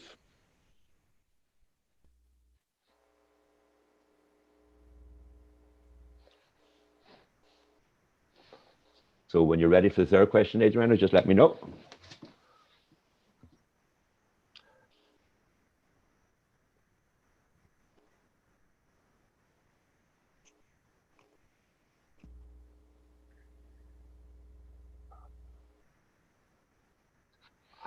I do not have any information on that. I'm not sure, but I would imagine suicide affects every aspect of society. So I would imagine there is, but I cannot answer for certain. It's not an area of research that I've looked into.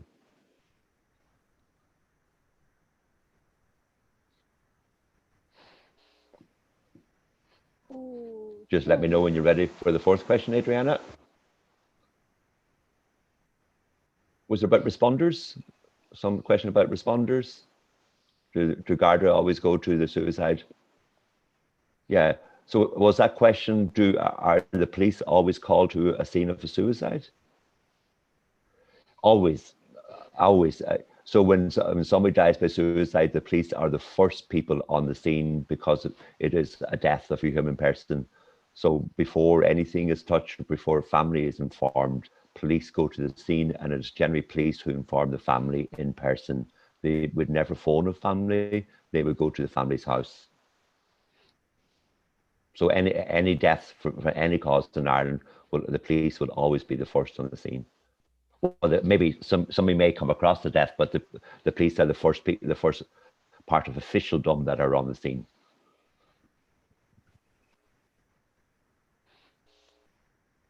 Júlio, e enquanto tem outros comentários, talvez eu possa comentar ou fazer pergunta.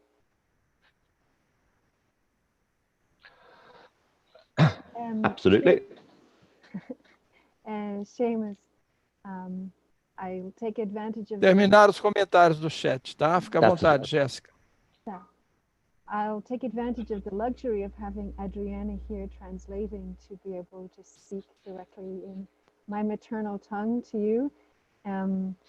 Also to sort of note that without planning at all, we seem to have this incredible Brazilian-Irish connection of rocks. I know. Well, that's as if we set up a scene here, but it wasn't planned at all. Not at all. No, because that was just that piece in the background, Jessica, is a big burn, so it's fabric. It's not an image. Yeah.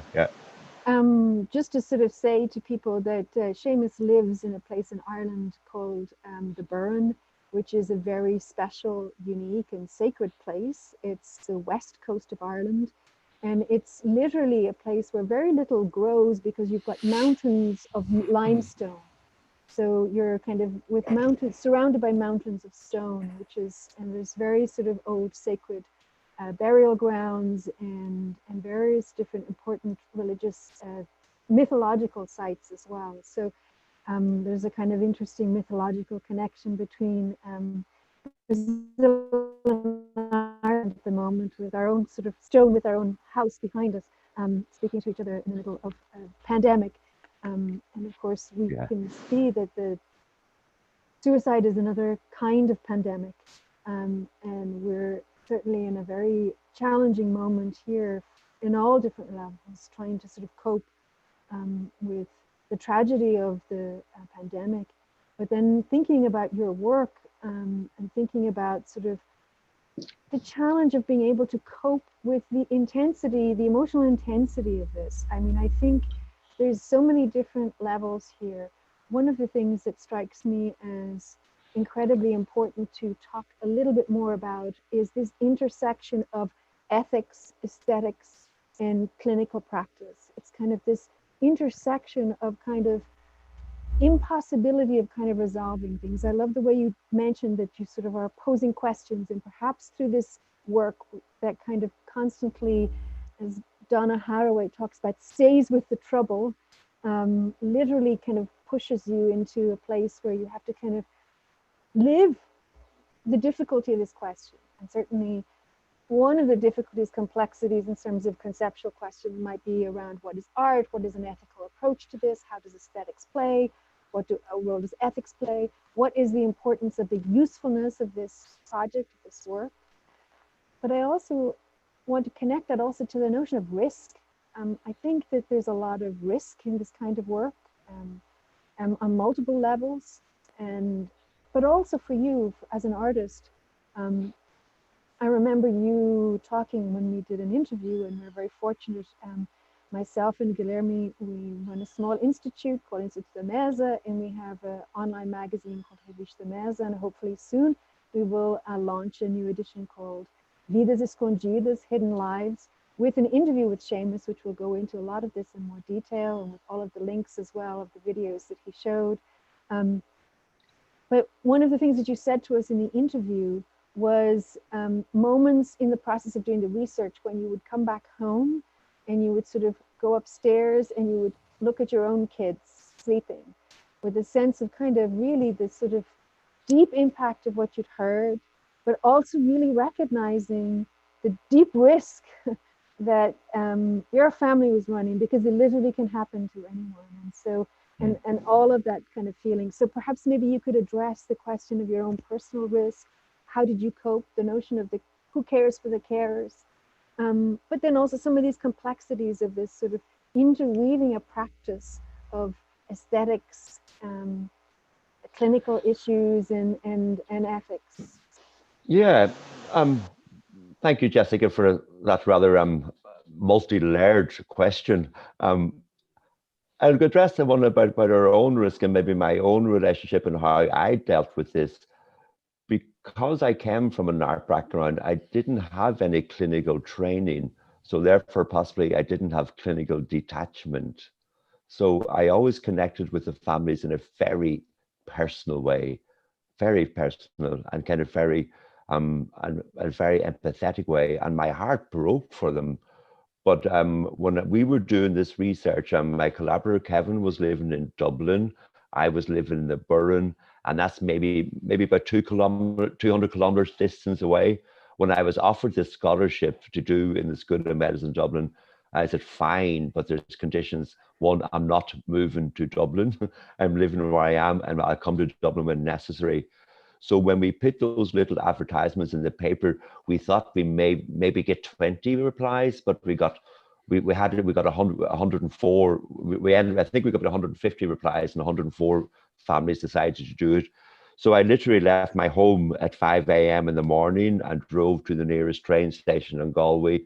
And we always left, we always kind of headed out from Dublin at 9 in the morning. So I was often leaving in the dark and coming back in the dark. And as you said, I always had to, because you were sitting there in families' homes, often in the bedrooms of the children that died, and the human in you cannot help but relate this to yourself. And I think that's a good thing, because it makes you kind of much more open and more aware and more respectful of the people that you're dealing with. So when I often get home, we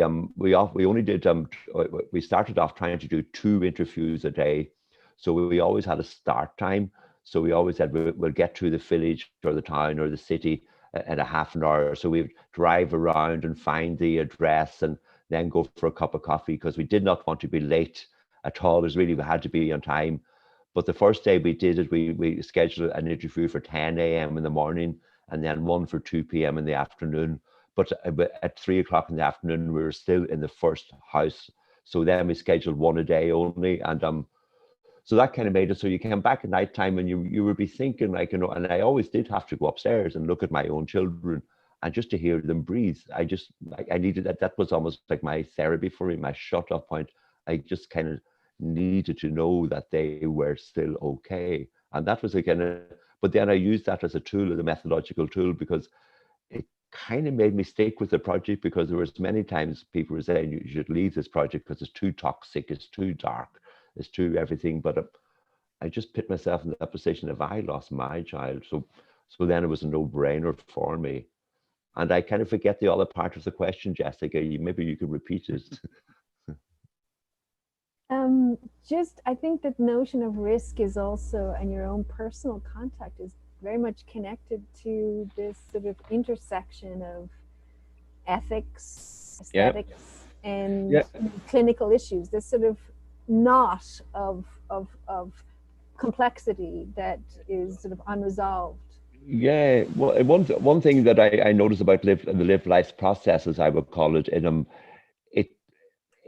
kind of flows through institutional spaces, both being medical spaces and cultural spaces. It finds the little cracks in the wall where it can get through to the next crack in the wall. It is very, very slow process, and you just have to follow it. The ethics, to me, I had it was because it's the first. I must foreground this question, Jessica. When I made the original piece, 21 grams, I wasn't working as socially engaged at all. I was interrogating the gender of making of textiles, but it was the research processes that recast my work into socially engaged practice. So the whole ethics of working with people was completely new to me, and it took me a little. And I think my pure ignorance of that was, in fact, a help. If I had thought this through before I started, I wouldn't have went near it. For example, in the because my practice migrated to a medical school, so there it had to shape and adjust and shift to that environment. When we first proposed this to the ethics committee, they just threw us out completely. It says, no way, you're using a name, you're using identity, there's no way we can do this. So we adjusted. Oh yeah, and also I was using art language, so I was kind of being very florid in my language. And it says you can't, if you have to write this in a way that it will engage, and people with maybe with very low levels of literacy can understand it. So that was the second time. So I took out all the pretension of art language out of it, and we went back again. But yes, they said, no, you can't do this because this will reveal identity. And so we kind of went and adjusted again. And then the third time we went to them, they said, no, you can't do this because maybe Johnny's mother and father will agree to it, but his sister might see it in the exhibition and get upset. And that's when then I decided, I put in the part, if you decide to give me any personal belongings, the whole family will have a private showing, and then they can withdraw everything or anything. So that was the impact of that. But then again, they weren't going to give it to us. But one of the family members became so irate, and she was really quite angry. She was saying, how can this anonymous committee that nobody sees, that has no form or shape, or they hide behind hospital walls, how could they tell me what I can or cannot donate to an art process? So I kind of, that was my new ammunition to go to the so she insisted on seeing them and addressing them. So they did, in fairness to them, they accepted that invite. So she went to on our fourth attempt to get our informed consent and participant information and ethic approval. She went to them and she addressed them, and she said that stately. She said that, how can you tell me that I cannot use my brother's name or my brother's identity in this process? So that was kind of important in many ways, because it was the first time in the history of the ethics committee in the hospital university that a research participant, as they call them, which I hate that word, research participant, got this chance to address this anonymous committee. So that kind of very much formed the aesthetics of the whole thing. And I also used aesthetic as a way of, when you look at the exhibition, particularly as the exhibition evolved, it's got a high aesthetic quality, but I use this high aesthetic to draw people in. I use the power of beauty to draw people into something uncomfortable. I remember quite clearly when I was doing this, I looked at, I was researching around, and I found this American artist called Ben A's, and he did this piece. It was called Brenda. It was called Brenda, the piece. It was in the early 90s when a lot of people were dying from AIDS and HIV in America, and they were just kind of, it was Reagan time, and it was almost the official attitude, oh, let them die, they deserve this. So his best friend Breda died of AIDS, and she was cremated. Her body was cremated, and he worked with Breda's son. I think it was called Nicholas. And at the time around the Oscars and stuff, you saw everybody wearing the red ribbons, and there was these kind of Cartier and all the jewelers were making these gold diamond crusted red ribbons. So what he did, Benny's, he dyed the ashes red, and he made a wall of these red ribbons out of Breda's ashes.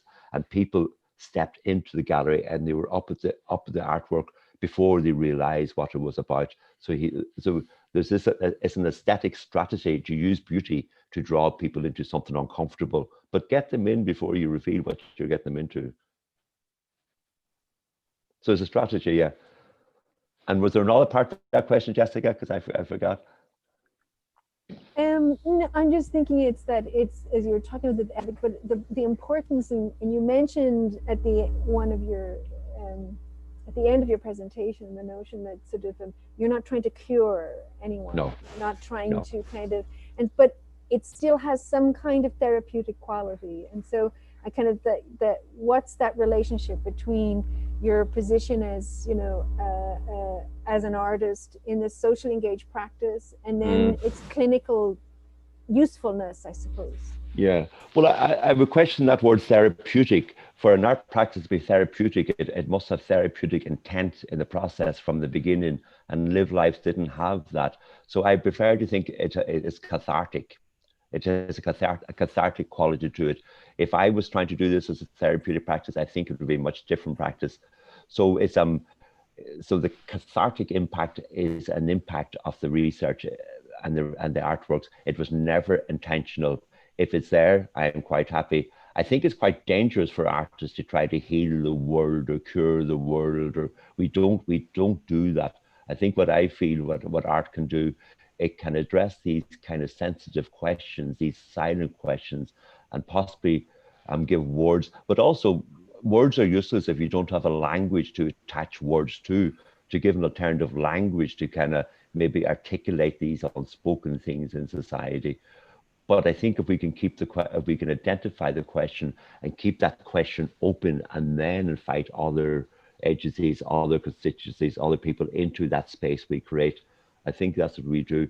I would hate to be burdened with the task of healing anybody or have any clinical responsibility, because that's not my thing. I don't want that. And I've always rejected that notion that Live Lives as a therapeutic practice. It is not.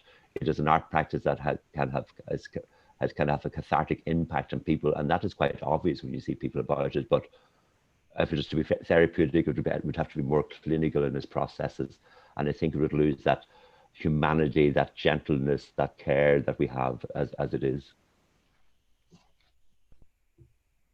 Thank you very much, Seamus.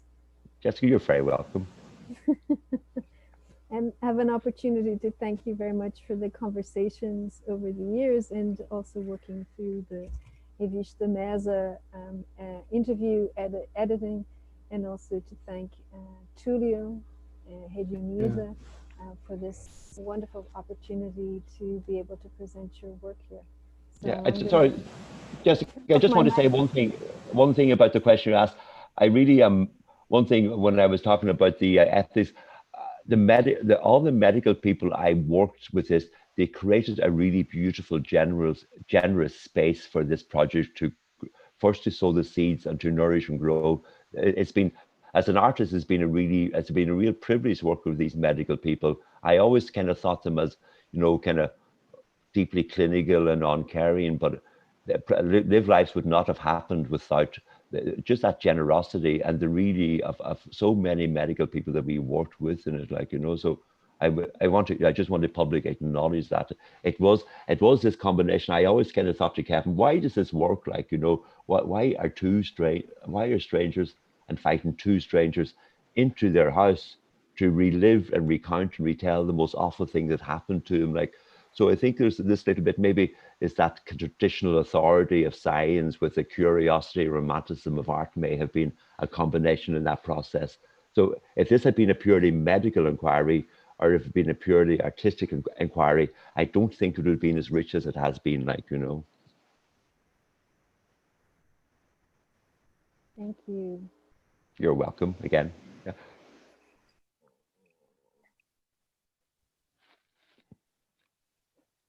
Túlio, faço eu ou faço tu? Sim, obrigado, Sims. Eu me sinto completamente satisfeito com as questões que a Jéssica colocou e as respostas do Sims. Eu tinha, na verdade, uma grande curiosidade sobre método, porque é inédito essa pesquisa numa faculdade de medicina, e como o Sims falou, o próprio Comitê de Ética em Pesquisa mudou seus critérios de anonimidade para suportar uma pesquisa que envolvia a arte, que envolvia os familiares. Sims é realmente fantástico. Nós temos procurado fazer pesquisas assim, com esse tipo de comportamento, compartilhando com trabalhadores, com os familiares, com as pessoas. É realmente fantástico. Então, eu não vou fazer uma questão especificamente, eu passo para você, o Guilherme, fazer suas questões ao Sims. Obrigado. Eu vou começar, então, representante do Brasil aqui do casal, né? Jéssica ficou com a paisagem das rochas ali, as bromélias tropicais, a nossa floresta. Ao mesmo tempo aqui, Seamus, nós estamos com, que eu brinco com a Jéssica, com um tempo irlandês, Irish weather. Está com uma chuvinha muito boa aqui, parecido com a chuva da Irlanda. Então, é exato para a gente fazer uma ponte, né, pelo clima. Eu gostaria, primeiro, agradecer imensamente a generosidade do Seamus, por tão fantástico isso. Eu vou só lembrar que eu e Jéssica fomos numa viagem em 2012 para a Irlanda, e naquela ocasião eu apresentei uma proposta para a UF de fazer um mapeamento de práticas sociais e tudo, e fiz uma consulta Mary Jane. Então, eu gostaria também de mencionar Mary Jane Jacquard, que indicou 3 casos na Irlanda, e um deles era em 2012, e num horário generoso, Mr. Seamus McGuinness pegou um trem da costa oeste e foi a Dublin. Não é pouca coisa, não, sabe? Então, eu gostaria muito, tá, desse agradecimento. Segundo, a parceria e aproximação com Túlio Franco é muito longa. E tivemos, inclusive, grupos de pesquisa juntos. Nosso ponto de interseção é a ética, e uma ética spinoziana dos afetos. E numa das aproximações, a gente teve um caso da Nan Goldsmith, chamou o Túlio para conversar sobre isso, e ele, da medicina, fez a seguinte pergunta: o que significa expor? Essa pergunta do Túlio é uma pergunta que serve para a gente considerar o que o Seamus está falando desse ponto de confluência. Eu já estou usando estrategicamente, porque a gente, no mestrado, Estudos Contemporâneos das Artes, e o recém-doutorado, vamos criar uma linha de transdisciplinaridade chamada zonas de confluência. E o que foi apresentado foi exatamente zonas de confluência, onde há uma imprevisibilidade de todos os processos, onde há uma zona de uma interseção, onde os parâmetros são deslocados. E se não houver uma porosidade, não há avanço. E eu coletei um comentário que eu nem tinha pensado nessa pergunta, mas essa pergunta está num dos vídeos. Is the art world prepared for this? O mundo da arte está preparado para essa experiência e processo do Seamus? Nós, aqui do Brasil, nas nossas escolas de arte, no nosso mestrado de doutorados e de uma universidade pública, estamos preparados para formar uma nova geração, né, com um pensar diferente da arte como um processo ético-estético, com vínculos e um protagonismo multiplicado fora da centralidade do artista. Então, isso aí, né, essa pergunta se está preparado, essa pergunta é um dever de casa para depois a gente voltar aqui para o Brasil. Em 2012, para vocês verem, eu e Jéssica, a gente pensou assim, puxa, o Brasil não tem problema de suicídio. Para você ver o que é um estigma lá, e o outro lado é também, infelizmente, uma condição galopante de colapsos que nos ameaça. Né? Não vou entrar nesse clima da palavra, mas a necropolítica e tudo mais. Então, o suicídio é também depressão, né? Todos os problemas, né, desses, né, desequilíbrios da emoção está atingindo a universidade pública, seus funcionários, seus estudantes, a ponto que, em 2019, nós tivemos um encontro com vários coordenadores da UF, de vários cursos, onde o problema que vai de uma escalada entre ansiedade e depressão até o suicídio, e 60% de estudantes estão, né, nesse estado de risco. Bom, estamos no Brasil, e eu acredito, Seamus, hoje você deu uma fala e um vídeo que vai ser gravado, que vai ser usado no nível da graduação ao nível de doutorado. E espero que hoje a gente tenha um encontro de tribos. Eu gosto de falar encontro de tribos, que as tribos da Rede Unida, que é uma fantástica rede, que a gente viu vários casos nesse congresso, estejam nos escutando, que a gente possa criar programas de colaboração.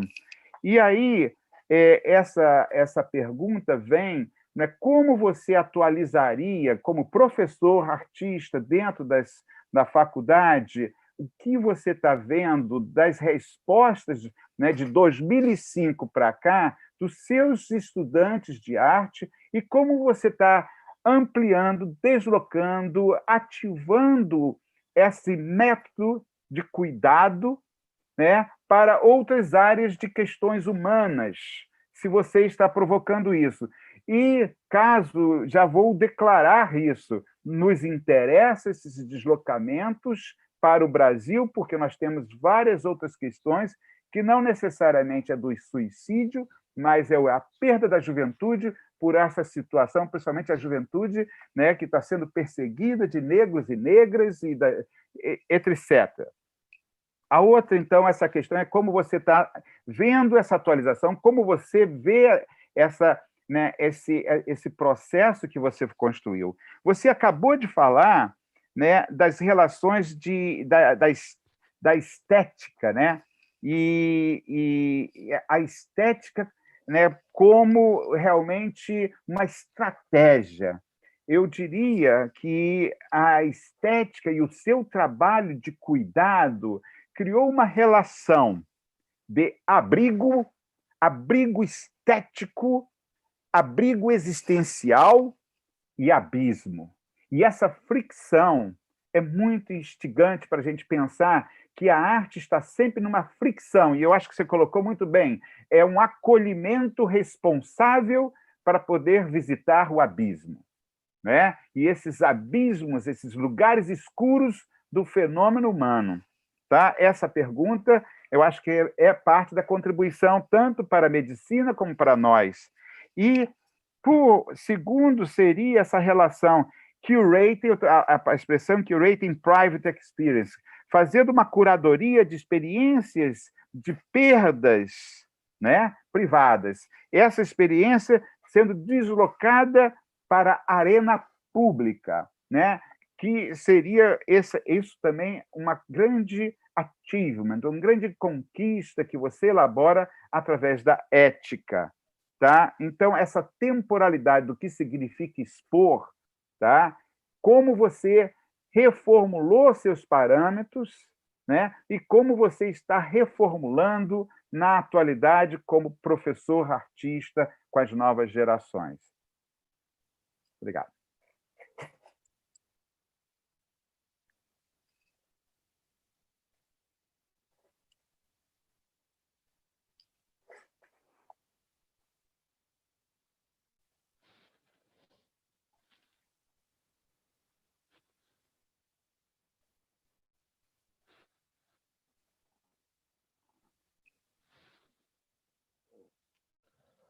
Mm.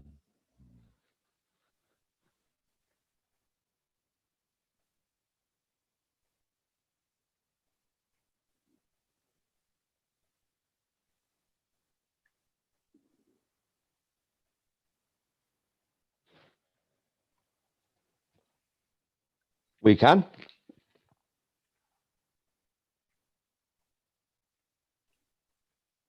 So thank you, Yes. Gilmary, for the questions. A lot of questions.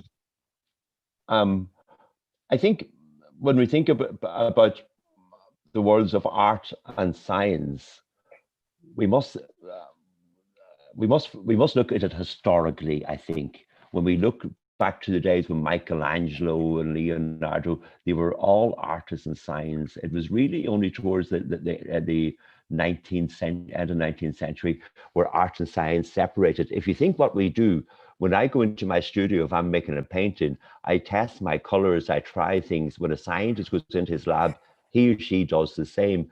So we have much more in common than we care to admit. There's some kind of thing about where arts and science completely separate, but I think we should also celebrate the tension points in these collaborations. One of the things to me, one of the tension points and one of the things that shaped and formed live lives was my engagement with this medical ethics committee. If you're trying to collaborate in a meaningful way between two disciplines, and if you agree all the time, you have to ask, what's the point of that collaboration? What new thing can we learn? When I hit this kind of tension point of anonymity and identity with the medical ethics committee, that's when I had to think of new ways of being in the world, new ways of working, and new ways of working through the problem, and also to articulate very clearly why I felt that was important. There's a fault here also with artists and with medics.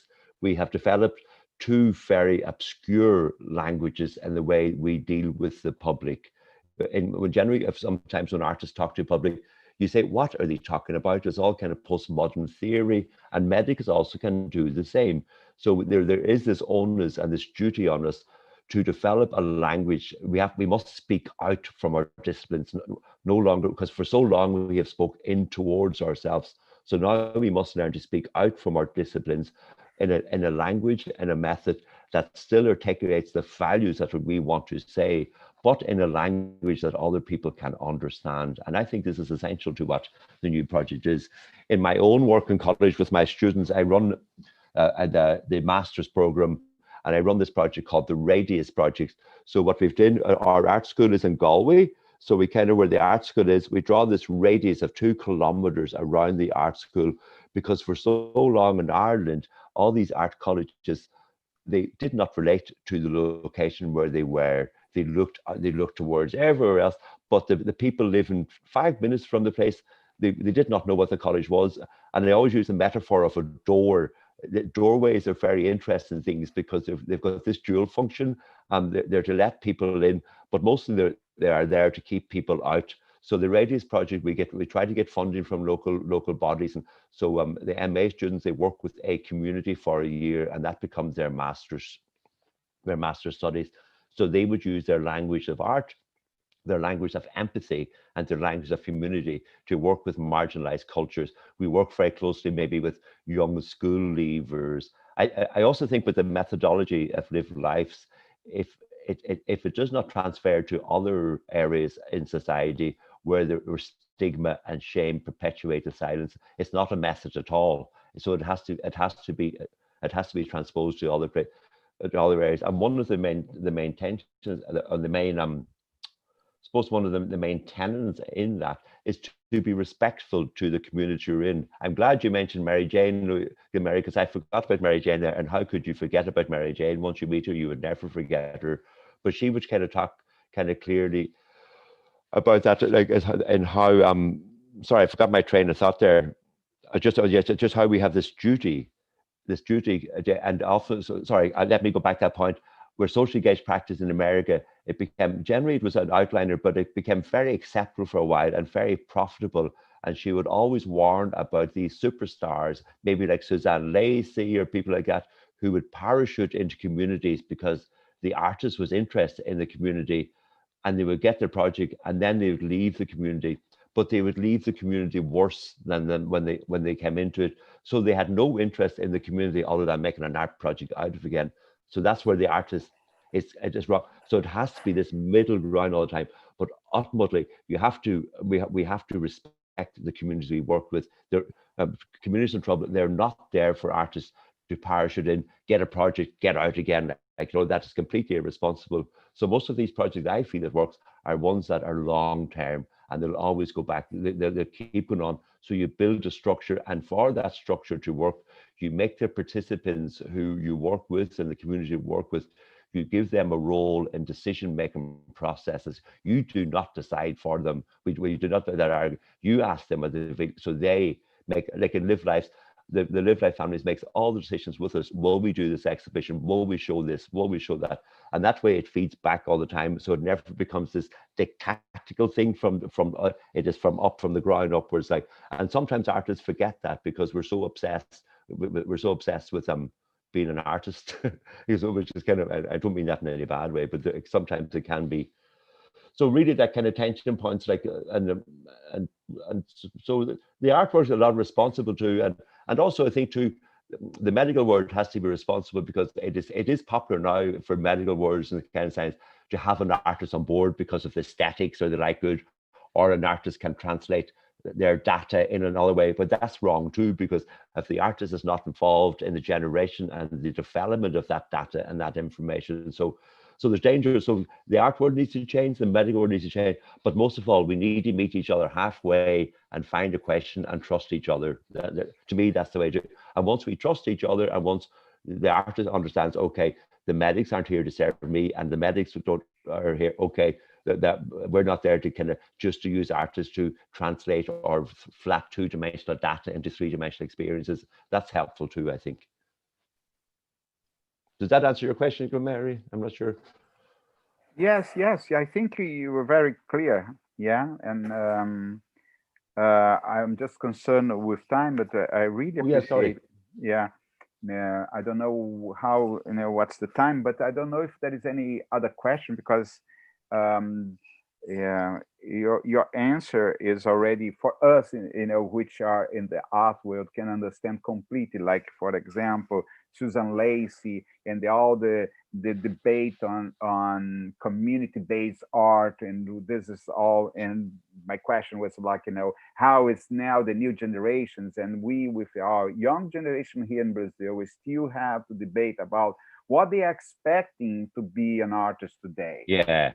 So, your contribution and to the contribution is the question I've been carry on since, the time. What does it mean? Oh, perdão, eu tô falando em inglês.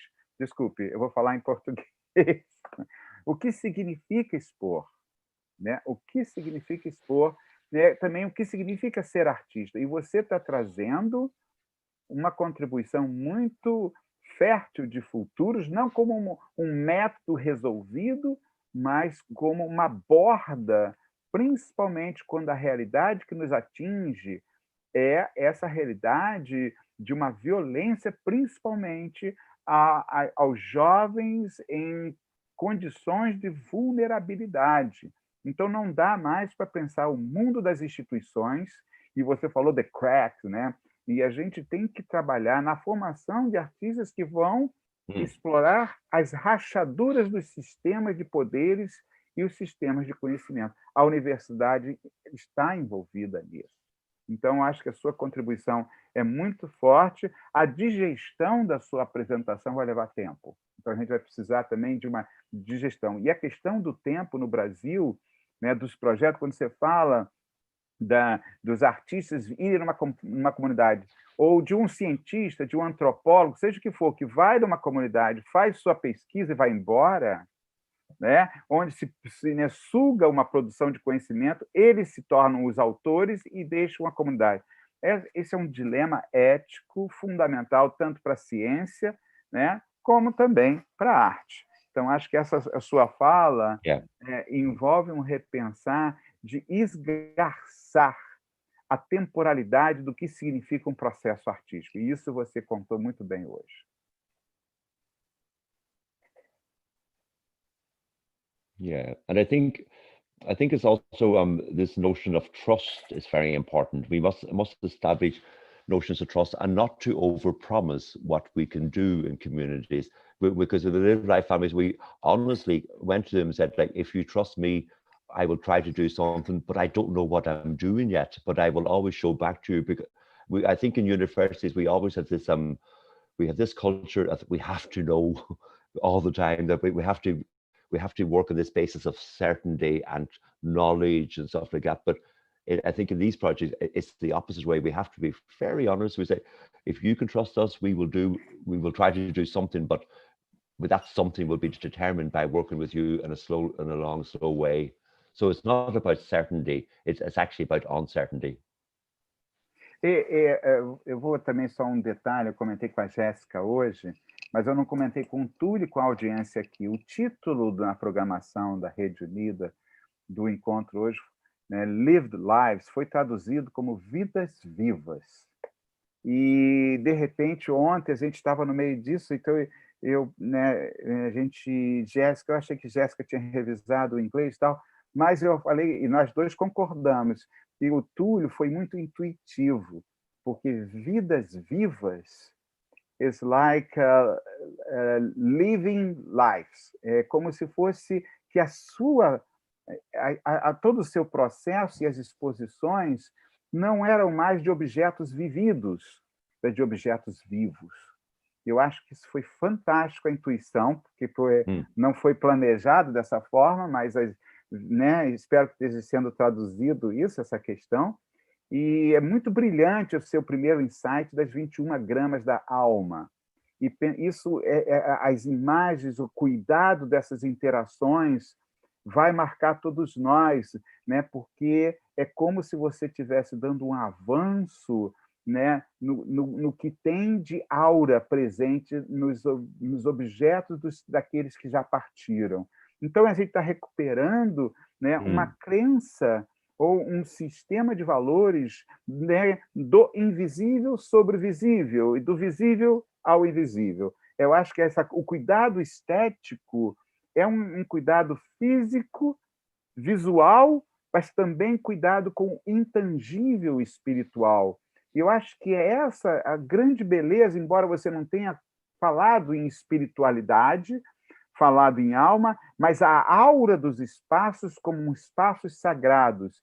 E nos tópicos que você colocou, é uma grande lição para aqueles que estão ligados com curadorias e tudo, que a exposição tem que ser cuidada para que cada experiência de visitante seja acompanhada, né, em caso necessário.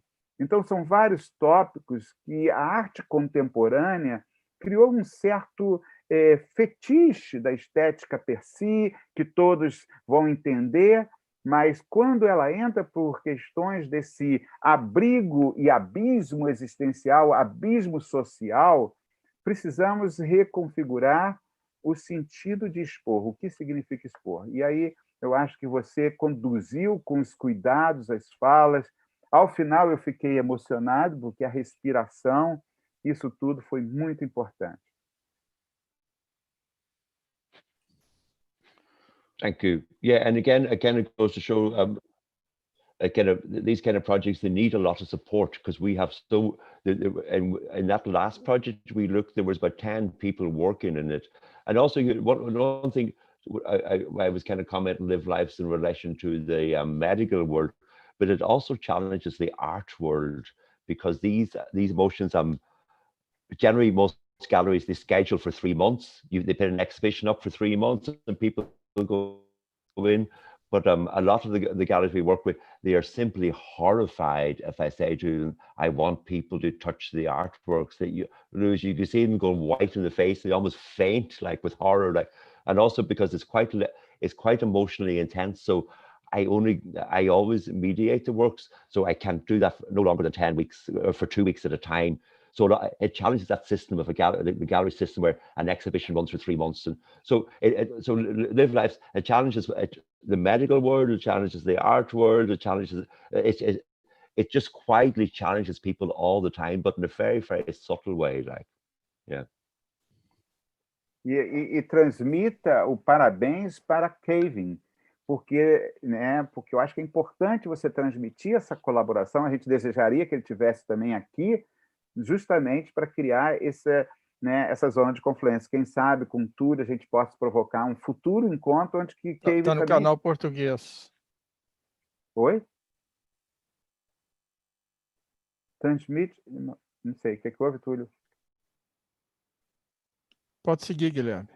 Não era só isso, é para transmitir, porque foi uma colaboração, e o colabore é muito importante. Então, essa colaboração, que a gente possa também no futuro ter um encontro com o Túlio, com um grupo, essa fantástica Rede Unida, e com essas redes de colaboração que foram formadas através dos seus impulsos e intuições que você chegou ao Kevin.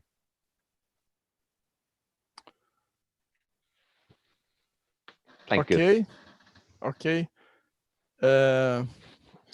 Bom, vamos agora, eu vou passar a palavra para vocês se despedirem, que em seguida nós vamos encerrar essa atividade. Então, passo primeiro para a Jéssica. Just an opportunity to thank again Rede Unida, Túlio, Seamus, Guilherme, Adriana, who's here translating very hectically, I'm sure, and hopefully it's been a rich experience for all those listening, and hopefully you'll be able to explore Seamus's work through his own site, livedprojects.com, and which he said will be available after the 5th of November. And hopefully in the next coming months, in a special edition of Revista Mesa that will have an in-depth interview with Seamus and his work, and all the videos and images that he showed will be available. So thank you very much once again for your support and your attention. Thank you. Obrigado, Jéssica. Vou passar o Guilherme para se despedir. As considerações finais. Eu já falei demais, é só para agradecer e agradecer e agradecer. A Jéssica lembrou muito bem, agradecer também a Adriana, que é essa pessoa invisível que está fazendo a mediação. Desculpe se eu falei rápido. E, mais uma vez, a Rede Unida, porque eu estou acompanhando esse fantástico movimento, e fazer o manifesto que precisamos lutar pelo SUS, e precisamos ter um SUS das artes, da cultura e da educação. Então, Seamus, o Brasil está em um momento de muita luta, e obrigado por você estar trazendo contribuições que hoje em dia são extremamente urgentes. Obrigado, Túlio, também, querido amigo, companheiro. Obrigado, Jéssica. A gente vai ter a entrevista do Seamus, e que vai ser muita contribuição para os nossos estudantes, espero que não só da UF, mas de outros também. Muito obrigado. Obrigado, Guilherme. Seamus, você,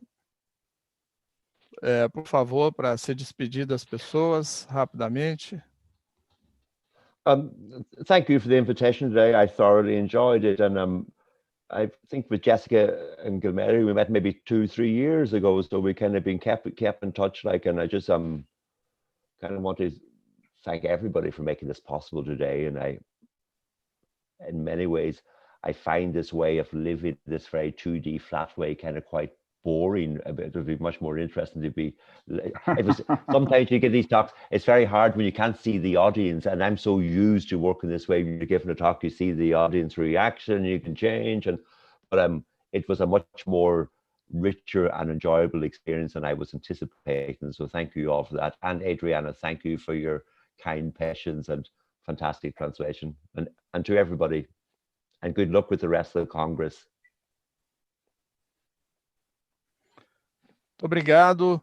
Bom, eu também já fiz os agradecimentos. Mais uma vez, eu quero agradecer ao Jéssica, ao Guilherme, ao Seamus, a Adriana, a intérprete, que possibilita nosso diálogo. O vídeo vai ficar gravado na TV Rede Unida e disponível. Espero que tenha um bom fim de semana. Continue conosco, participando e vendo as atividades do 14º Congresso Internacional da Rede Unida, que vai até domingo. Então, muito obrigado. Nos despedimos. Grande abraço. Tchau. Obrigado. Obrigado. Tchau. Bye bye. Bye. Goodbye, Tchau. all. Tchau. Tchau. Obrigado. Tchau.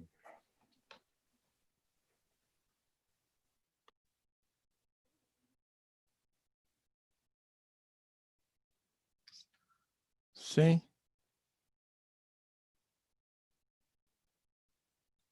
Eu vou pedir ao pessoal que está organizando, não sou eu que estou